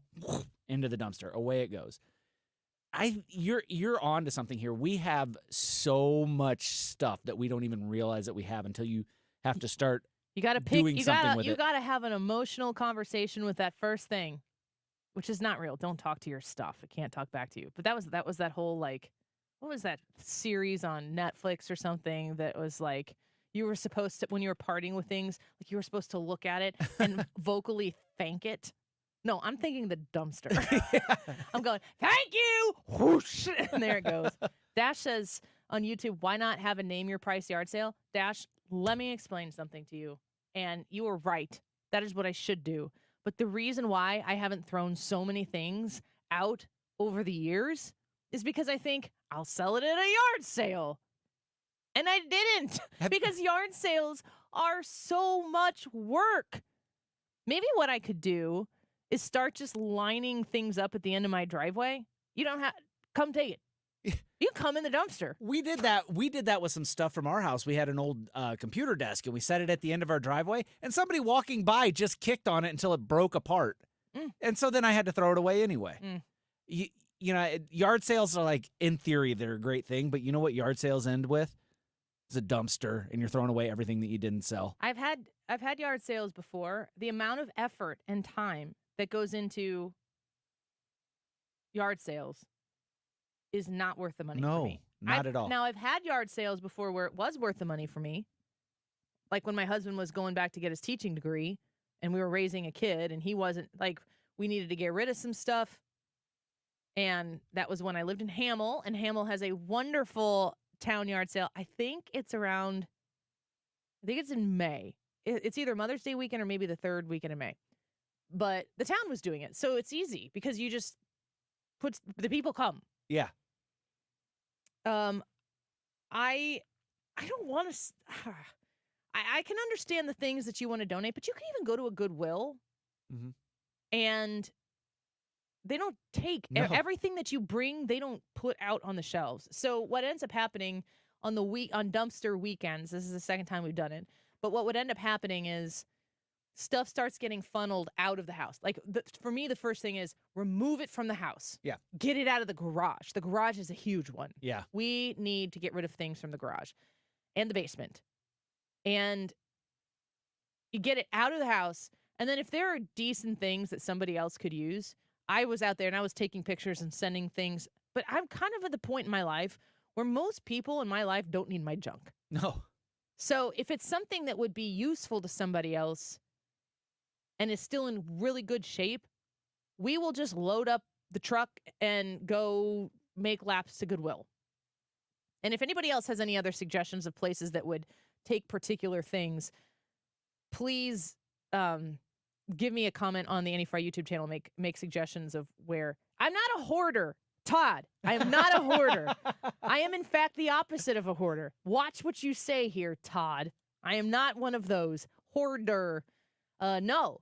My mom came over to help me it was like maybe fall break or something. I don't know. I had taken some days off and I was trying to clean the house because I was just like needed me to be there with nobody else so I could clean. And I told my mom, I'm like, I got to get this house in order. I got a day. And she's like, I'll come help. So she sat down and she goes, I'm going to go through this toy box. Are you prepared to let some things go? And I'm like, yes. And so she's going through the toy box and she's pulling and showing me things. I'm like, pitch it, pitch it, pitch it, pitch it. And she goes, you are ruthless. And I go, no, we just don't need these things. I have 4 kids. We have toys that Charlie played with when he was little. There are a few of them that I will continue to keep. But keeping those toys doesn't bring little Charlie back. No. And that is a very emotional place to cross over. But once you get on the other side, you're like, okay. And, you know, I told my husband yesterday, I said, I think I'm going to tell, if Evelyn is listening right now, Jared, just cover her ears. I was going to take my 7-year-old and say, how about I give you $100 and we will go to the toy store and you can spend it on one thing or you can spend it on several things. And let's get rid of all of the stuff downstairs that's 50% there, that's 10% broken, that doesn't have all the pieces or doesn't work the way it's supposed to. Let's get rid of that stuff. And Goodwill doesn't want your board game that's missing a third of the parts. Yeah. I don't want that board game either. But if we really love that board game, we can replace that board game, but this one has to go. Yeah. And you just got, like, you can't be connected to the stuff. And there is an absolute emotional attachment that I can have to things, but that is a misplacement of the attachment that I have to things I can't get back. Yeah. And when you hold and you see the things, it connects you to, for me, it's just mostly when my kids were littler. And I tell my kids all the time, like, stop growing up, stop growing up, stop growing up. Stay a little. My son is 2 inches taller than me. My daughter is growing every single day. My second daughter is incredibly tall and the brightest ray of sunshine that you've ever met. And Molly runs the show. She's 2. They're growing. I have to really actively participate in the idea of thinking about the beginning that happens after the ending. Because if my habit is to only get to the ending and then to be an emotional wreck about it. I'm pretty level-headed on most things, pretty practical. I try not to get too high with the highs, too low with the lows. But those kids growing up, man, that is a kick in the butt. And if you let the things be the representation in your home, or in your garage or in your car or whatever of these of an emotional attachment that you have, I have realized that that's what holds me in the stopping place of the ending and doesn't make me go, if we get rid of the little bike that nobody can ride anymore and the little scooter that nobody can ride anymore, and maybe we take them to a place that could use them, if we rid ourselves of these 3 or 4 things, maybe we could get a bike that actually fits the kid, and then we could go on family bike rides. Mm-hmm. There's an ending that is replaced with a more exciting beginning, but you have to be able to let go. And once I started doing that, I was super into dumpsters. It's difficult. I'm not a hoarder, though. I'm actually the opposite of it. Terry says that she takes things to Savers in Fairview Heights. That's a good suggestion. Mm-hmm. I'll be watching here to see. I'm very conscious of the idea of not giving people my junk, though, because I have had people, like when I was having kids, babies, and especially like the first girl, I would come home and there'd be a tote of clothes on my porch, and I didn't need the tote of clothes because I had already gotten totes of clothes from other people. And when you're having those conversations with people and they're like, hey, could you use this? And you're like, yes, I totally could. My son has been the great benefactor of my cousins. She has 2 sons who are older, and they have grown out of things up until now while they're all man-sized and they're not really growing out of things like they used to be. His entire wardrobe, his whole life has been inherited, and I've been so grateful for that. My oldest daughter, we got clothes from people, but we got so much clothes from people that we had more than we could possibly use, and it just kept coming. And then all of a sudden it became, people have such kindness in their hearts when they're doing this, but it did become burdensome. So I've always tried to keep that in mind, like not just assume that somebody needs my stuff. Ask if they do. Yes. If they're interested in it, come pick through this and pick out what you like. Yeah. And then I'll donate the rest to a shelter or something like that. Asking is the key thing. I saw one of the comments. They said, I just dropped my stuff off at the local church. Contact that church beforehand and make sure that they do have a program where they can use that. We get stuff dropped off at our church sometimes, and it's like, oh, what are we going to do with this? Yeah, and it might end up in a dumpster. Yeah. And it's like, that's not what you want to do. But I am very much so in the point of my life trying to juggle everything to make sure that I'm everywhere I need to be and happy while I'm doing it, that all of those things that get thrown up that are barriers for you to get the job done, to do the house clean out, to do, right now, for me, it's fitness and exercise. There are barriers that I would throw up that say, oh, I can't do this. I'll just do this when XYZ. I just get rid of them and I just do it, which means that sometimes I have, plunged into something and didn't consider every possible necessity of detail before I went in it, but I started to do it. And then those things work themselves out along the way. And I've committed to doing it. So dumpster time, kids. Let's go. Man, I'm so excited to go home today. I'm just going to go. I was on the phone with my husband before, and I'm like, he goes, I got to get back to cleaning. I'm like, throw everything away. Just pitch it. Get rid of it. Hopefully I have furniture when I come home. The good empty stuff. house. Yes. You're like, whoa. Whoa. Well, we've talked about wanting to build a home. Yeah. And we're very much so interested in that process. And it's like, I'm not going to build a home and move half of this stuff into it. I don't want it. So what do we want? What do we want? And if we've got janky furniture that we're not like feeling safe for visitors to sit on, get rid of that. And if we need to replace it, I'll find a good used version or a good sale at a local furniture store or something. Let's take a quick break. Trisha's going to join us. Little Annie, are you okay? Annie is okay with dumpsters. Super excited about this. Let's get Trisha in here and wrap up a Thursday so that Ryan Wiggins can be back tomorrow. Aren't you guys excited? I'm so excited. Ryan will be back. He's going to be back. Brad, he's coming back.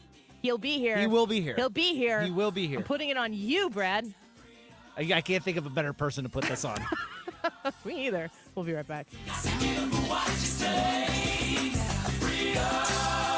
This is the Annie Fry Show. Follow Annie on Twitter @AnnieFryShow.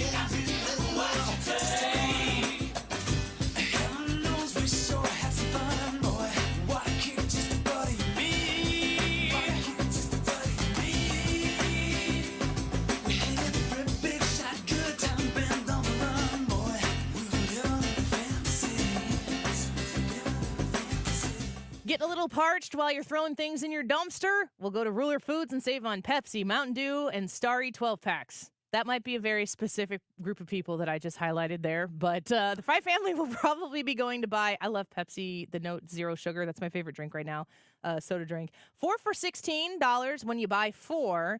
They also have, this is why you go. This is why you're going to Ruler Foods for the first time.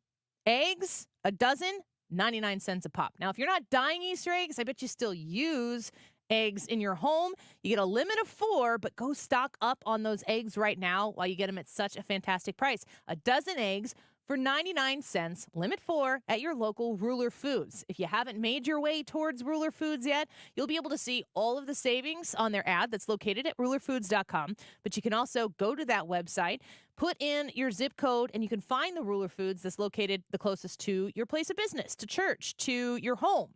And go shop and see what I've been talking about and what I've heard from so many other Annie Fry Show listeners who have said, okay, finally, I caved and I went and now I get it. You can get your name brands that you rely on at Ruler Foods, but you also can save with those Kroger brands that come at Ruler Foods prices. 1 pound of strawberries or 6 ounces of blackberries, $1.47 each, and those dozen Kroger large eggs, 99 cents a dozen, limit 4. Find all the details online at rulerfoods.com. Hey, it's Jim Costa from Cash the Ticket. Tourney time is here. Mike Valeni and I are going through every matchup of the big dance over on the podcast. We're talking sides, totals, mix in a reckless parlay every now and then. Come on, it's fun. We've got tourney trends, futures plays, who wins the national title, something for every bettor and every sports fan. Region by region, game by game, however you want to digest it, it's there. Download Cash the Ticket today. It's on the Odyssey app or wherever you get your podcasts.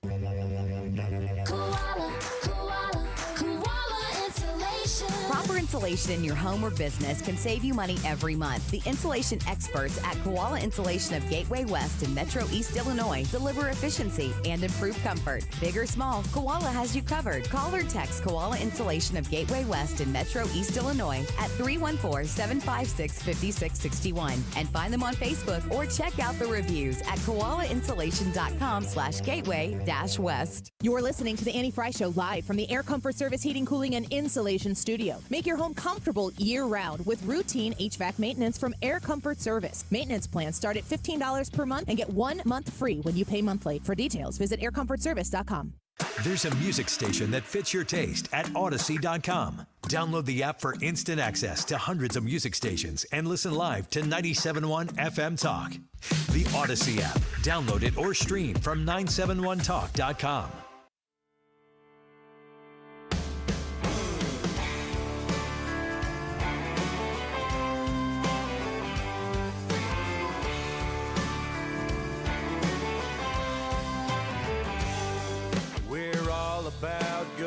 This is the Annie Fry Show. Follow Annie on Twitter @AnnieFryShow. We respond with a yes ma'am and a yes sir when we're called. But there's one thing you can be sure of down here. We say, hey y'all. We say, hey y'all, how you been? How's your daddy and your mama y'all wanna take a ride down to the lake? The pass ahead, no time to waste. I know it might sound weird, the way we talk if you ain't from here. But we were born into this southern drawl. So we say, hey, y'all. So we say, hey, y'all. I know everybody's Gosh, do we play the whole Adam Wainwright song? This is Adam Wainwright. This is so great. I deem it a dub for the day. This is a win. This is really good. This is the first time I've heard it. Yeah? Yeah, he's good. Yes, he's good. He's legit. Hi, Trisha. Hi, Annie. Are you okay with this? Sure. Turn it up. When we say, hey, y'all, how you been? How's your daddy and your mama and them? Y'all wanna take a ride down to the lake? Pass ahead, no time to waste.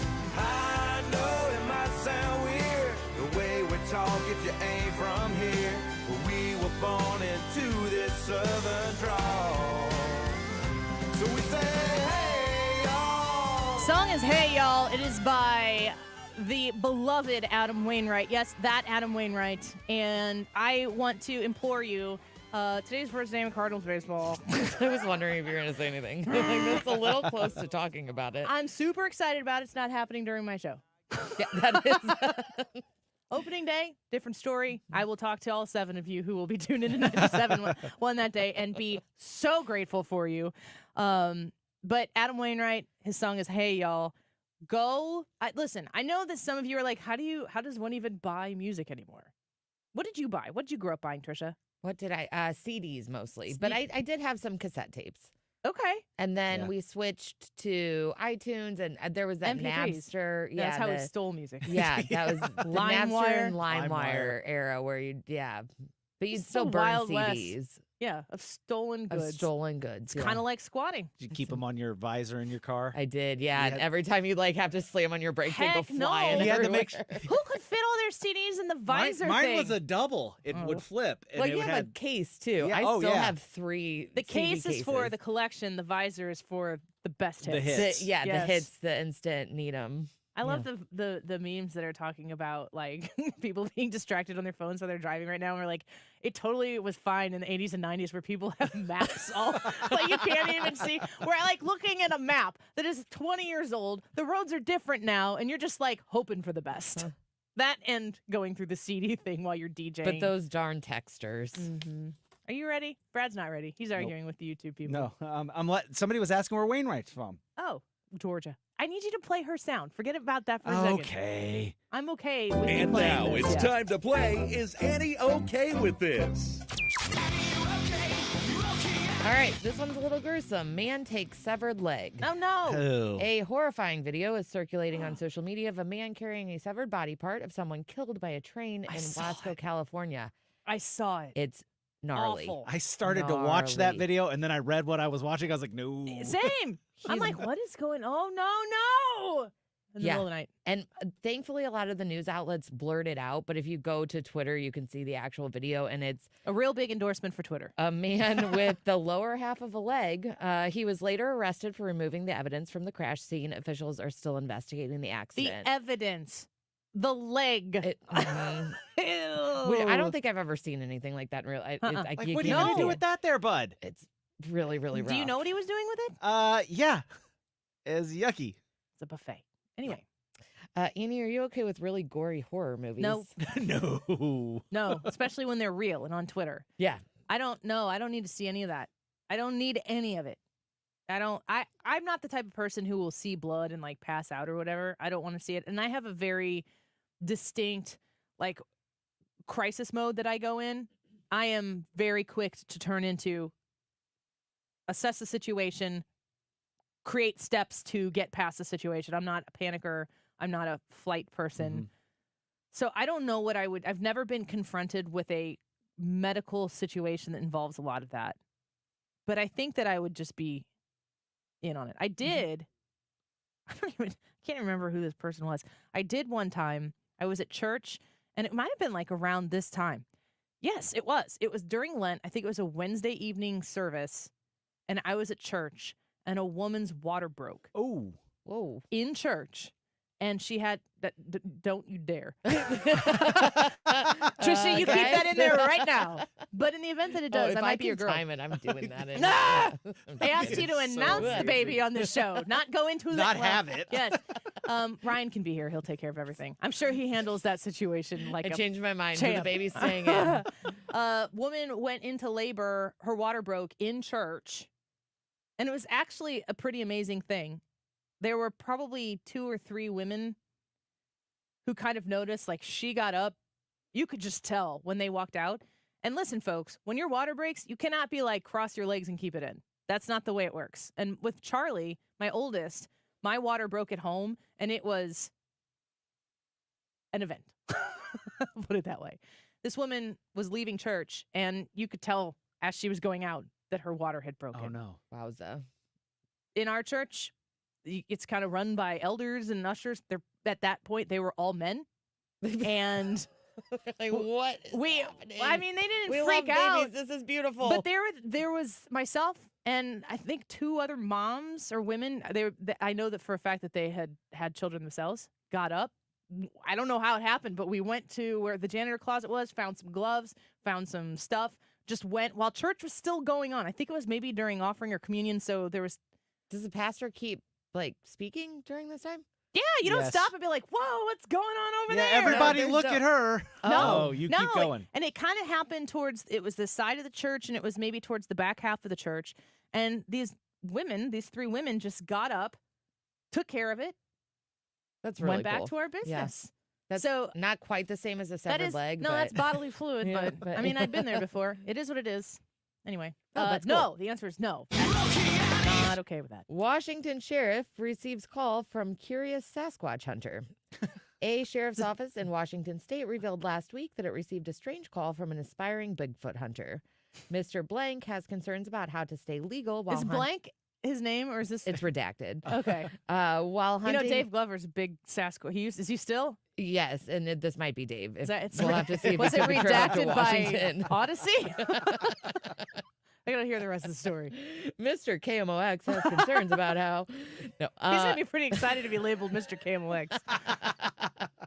Mr. Blank has concerns about how to stay legal while hunting in Big Meadow Lake area because of our state regulations. Our state regulations are unclear regarding Sasquatch hunts. The Stephen County Sheriff's Office says. What do they say about snipes? The sheriff's office told the caller that there are no Sasquatch in Stevens County and referred them to a nearby department for follow-up questions. Referred to him to the next county for their That's Sasquatch. exactly right. We don't have any of call those. Them.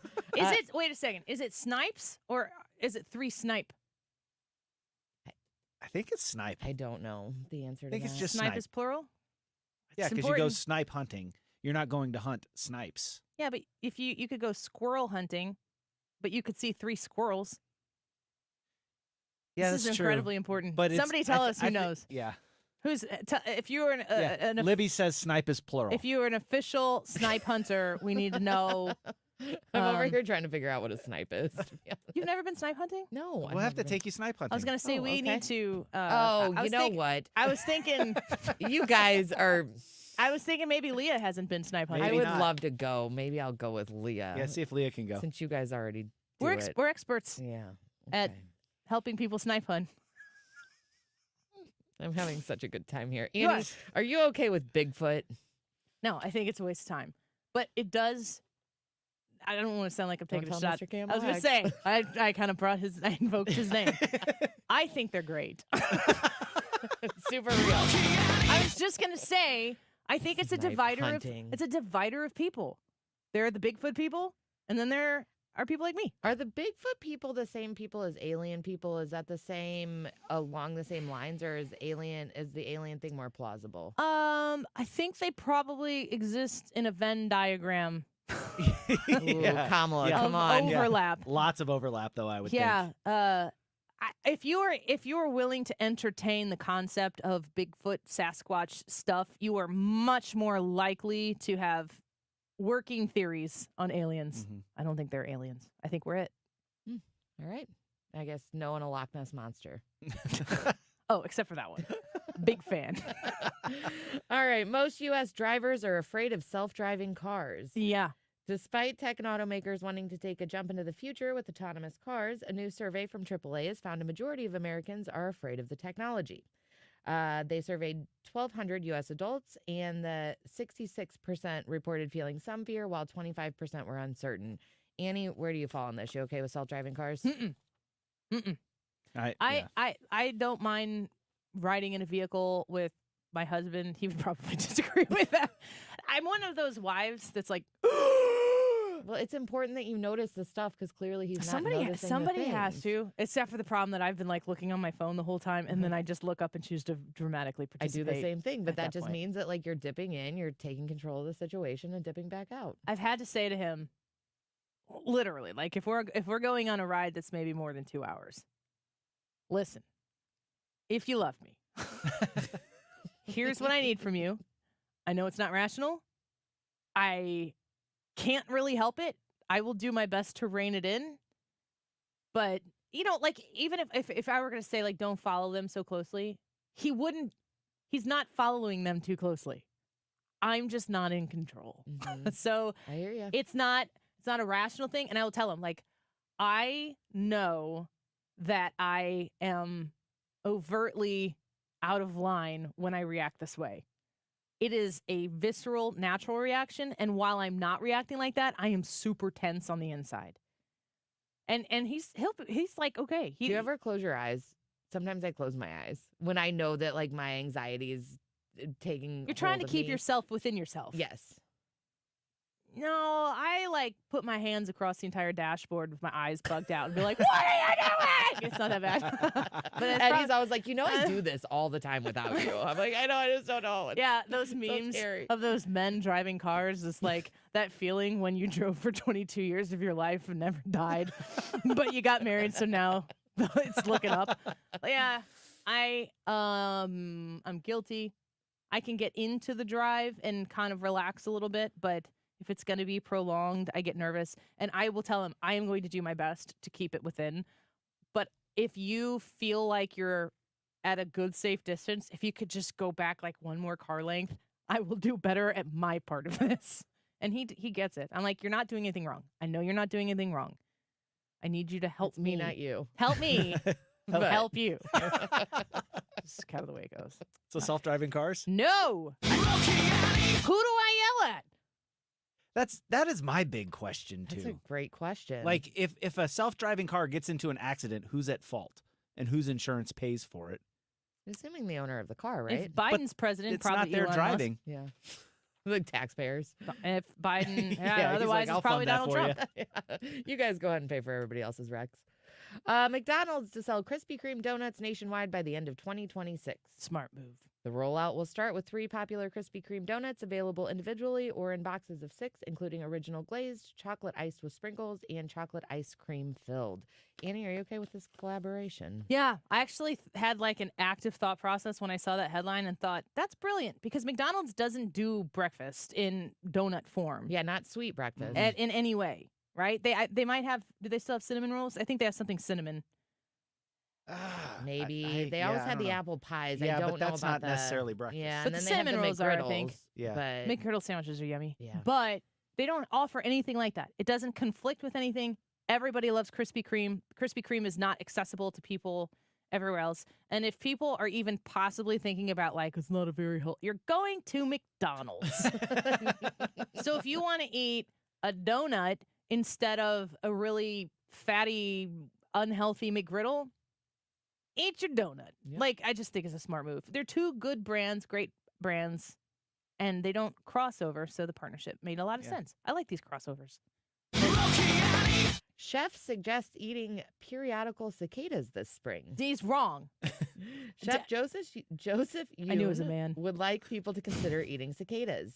The inside of the cicada nymphs have so much meat in them. They've been eating for 13 or 17 years, he says. I've been eating for 39 years, and he's wrong. He has an organization called Brooklyn Bugs that tries to raise awareness of edible insects. He's wrong. Yeah, no. Gross. What's the question? Are you okay with eating bugs? No. Stop it with the bug eating thing. No. And a rescued baby hedgehog turns out to just be a pom-pom from a hat. I saw the story.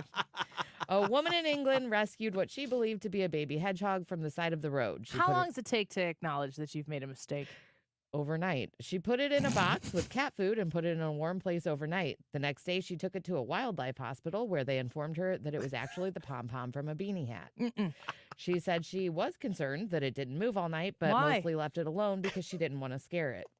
A vet at the hospital praised the woman for her good intentions, stating that she was an older lady, maybe 60s or 70s, which I don't think is that old, right? Rude! Right. Rude! There are people listening to the station who will never listen to us again because of that rude comment by that person. This was a vet in England. Not us. Not us. No. Yeah, we are not okay with that statement. But Did they say elderly? They said an older lady. Older 60. That's a quote. They did say she was well-spoken and well-meaning and thanked her for her kindness. I don't believe any of these stories when social media is involved. We're talking about it in St. Louis on baseball opening day. Yeah, here we are. It's the Annie, are you okay segment. My question was, you're okay with Sonic the Hedgehog? Yeah, big fan. Yeah, Sonic is a Sega. We had a Sega Genesis, and we played a lot of Sonic, and I can hear in my head the power up when he's spinning in a circle before he takes off. Me too. I can hear the dinging of him collecting the coins. Yeah. And I can hear the music. The Yeah, it's great. rings, not that's Sonic. That's really all I got. That's great. We appreciate you. Yeah, thanks for having me. Is Ryan Wiggins going to show up tomorrow? You know what? I actually talked to him this morning, and he says he's in the country and he's coming back. He doesn't know what kind of shape he's going to be in, but he'll be here. I can't wait. That's even better. Yeah, I need to know. Every time I offer him or he talks about oatmeal cream pies, I'm always like, "Are you good? Is it okay? I don't want to contribute to anything." He's like, "Oh no, I'm fine." Sometimes, every once in a while, he'll tell me no, but it's not very often. So we'll see. Ryan Wiggins back with us tomorrow. Thank you, Trisha. Always good to have you in here. Of course, likewise. We appreciate you. Let's take a quick break. Get the response to the YouTube live chat poll for today. Who is the most responsible for the state of political discourse in the United States? The people, the media, or the politicians? What do you think? We'll get your responses and the results when we come back.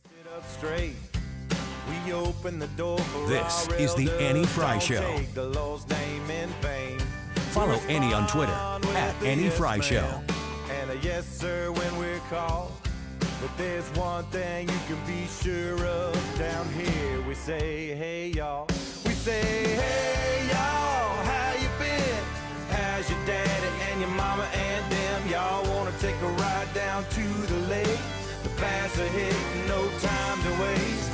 I know it might sound weird, the way we talk if you ain't from here. But we were born into this southern drawl. So we say, hey, y'all. Retirement Advisory Group online at retirementkey.com. Your retirement, you're right there. You're right on the cusp. You've worked your tail off for decades, and now you need to make some smart decisions for that transition away from working into living the retirement of your dreams.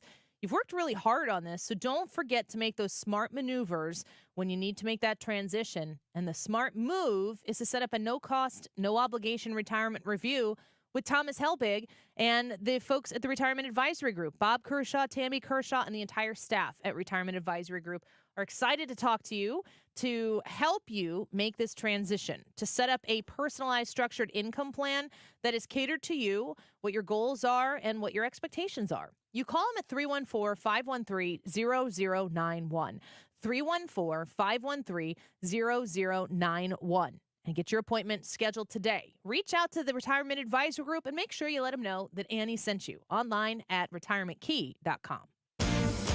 The Cardinals open the 2024 season at home on Thursday, April 4th. Don't miss the tradition and excitement of opening day at Busch Stadium. That day, all fans 21 and older will take home the 2024 Magnet schedule thanks to Budweiser. Never miss a game with this convenient information hub. That's Thursday, April 4th, the Cardinals home opener and the 2024 Magnet schedule presented by Budweiser. Tickets still remain. Get yours at cardinals.com/promotions. This is Lance Lynn, St. Louis Cardinals for the Lou. The Cardinals host the Marlins Saturday, April 6th, and that day, 25,000 fans, 16 and up, take home a Cardinals Hall of Fame Car Parade bobblehead. That's courtesy of Ford. Be surprised at the gates when you get one of the 2 mystery bobbleheads. Will it be Jason Isringhausen, or will it be the secret weapon Jose Oquendo? Find out and get your tickets and more information by going to cardinals.com/promotions. This is Ozzie Smith, St. Louis Cardinals for the Lube. Attention contractors, it's Andrea and Scott at Best Buy Flooring. We've joined forces with Carpet for Less to open a location in South County. Visítenos para todas sus necesidades de pisos, como tablones de vinilo, láminas de vinilo, laminados y una gran selección de carpeta. Celebrate our grand opening. Buy 1 square foot of in-stock hardwood at $2.99. Get 1 square foot free. Sí, compre un pie de madera dura en stock y obtenga un pie cuadrado gratis. Come see us at 13520 Tesson Ferry Road or anytime in Hazelwood, Missouri or O'Fallon, Illinois. Open 7 days a week. Best flooring, best selection, Best Buy Flooring. If you owe the IRS, you have a legal issue, and you need the Lance Drury Law Firm. We'll protect your rights. Log on at lancedrurylaw.com or call us toll-free at 888-367-6512. This is your last chance to get on the YouTube live stream and vote on the poll. This is the last chance to do that. We want to know who is most responsible for the state of political discourse in the U.S. Is it the people, the media, or the politicians? Jump on Annie's YouTube page and vote and leave us a comment. We might read it on the air. The time is 2:51. This time check is sponsored by Jerry Kelly Heating and Air Conditioning. It's time for a $98 furnace tune-up. What a beautiful afternoon. After the Key Bridge collapsed, I made a prediction that race would somehow come into play. Sue scoffed at me. She said, "How would that even happen?" Well, it's happened, and we'll talk about it coming up. I'm not afraid. Getting older, I'm one less day from dying young. The Annie Fry Show is streaming online. Watch us live on YouTube and subscribe. I'm one less day from dying young. I see my life like a train on a one-way track. I've made mistakes and I couldn't take them back. And I've been running around in circles till I'm dizzy, I can't lie. But every night I go to sleep's a day that I survive. I'm not afraid of getting older. I'm one less day from dying young.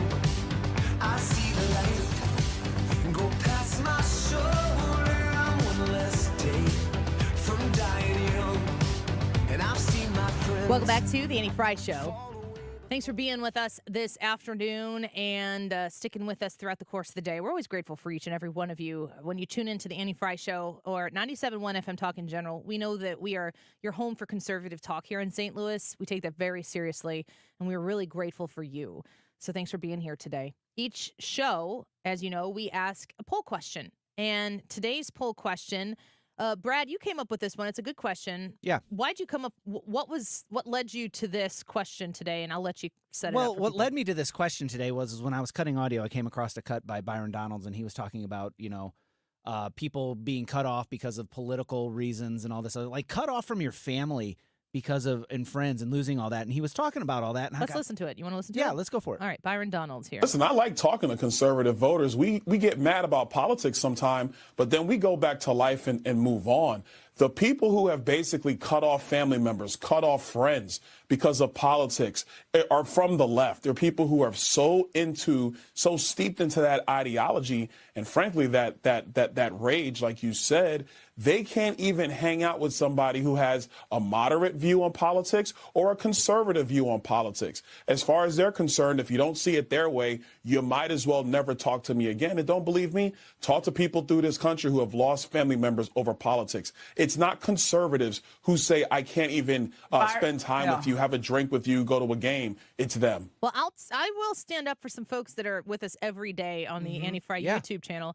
We have some very impassioned lefties who are advocating for their side and their perspective, which is the antithesis of usually what I'm talking about or what a lot of the other people are there. But they do come and hang out here.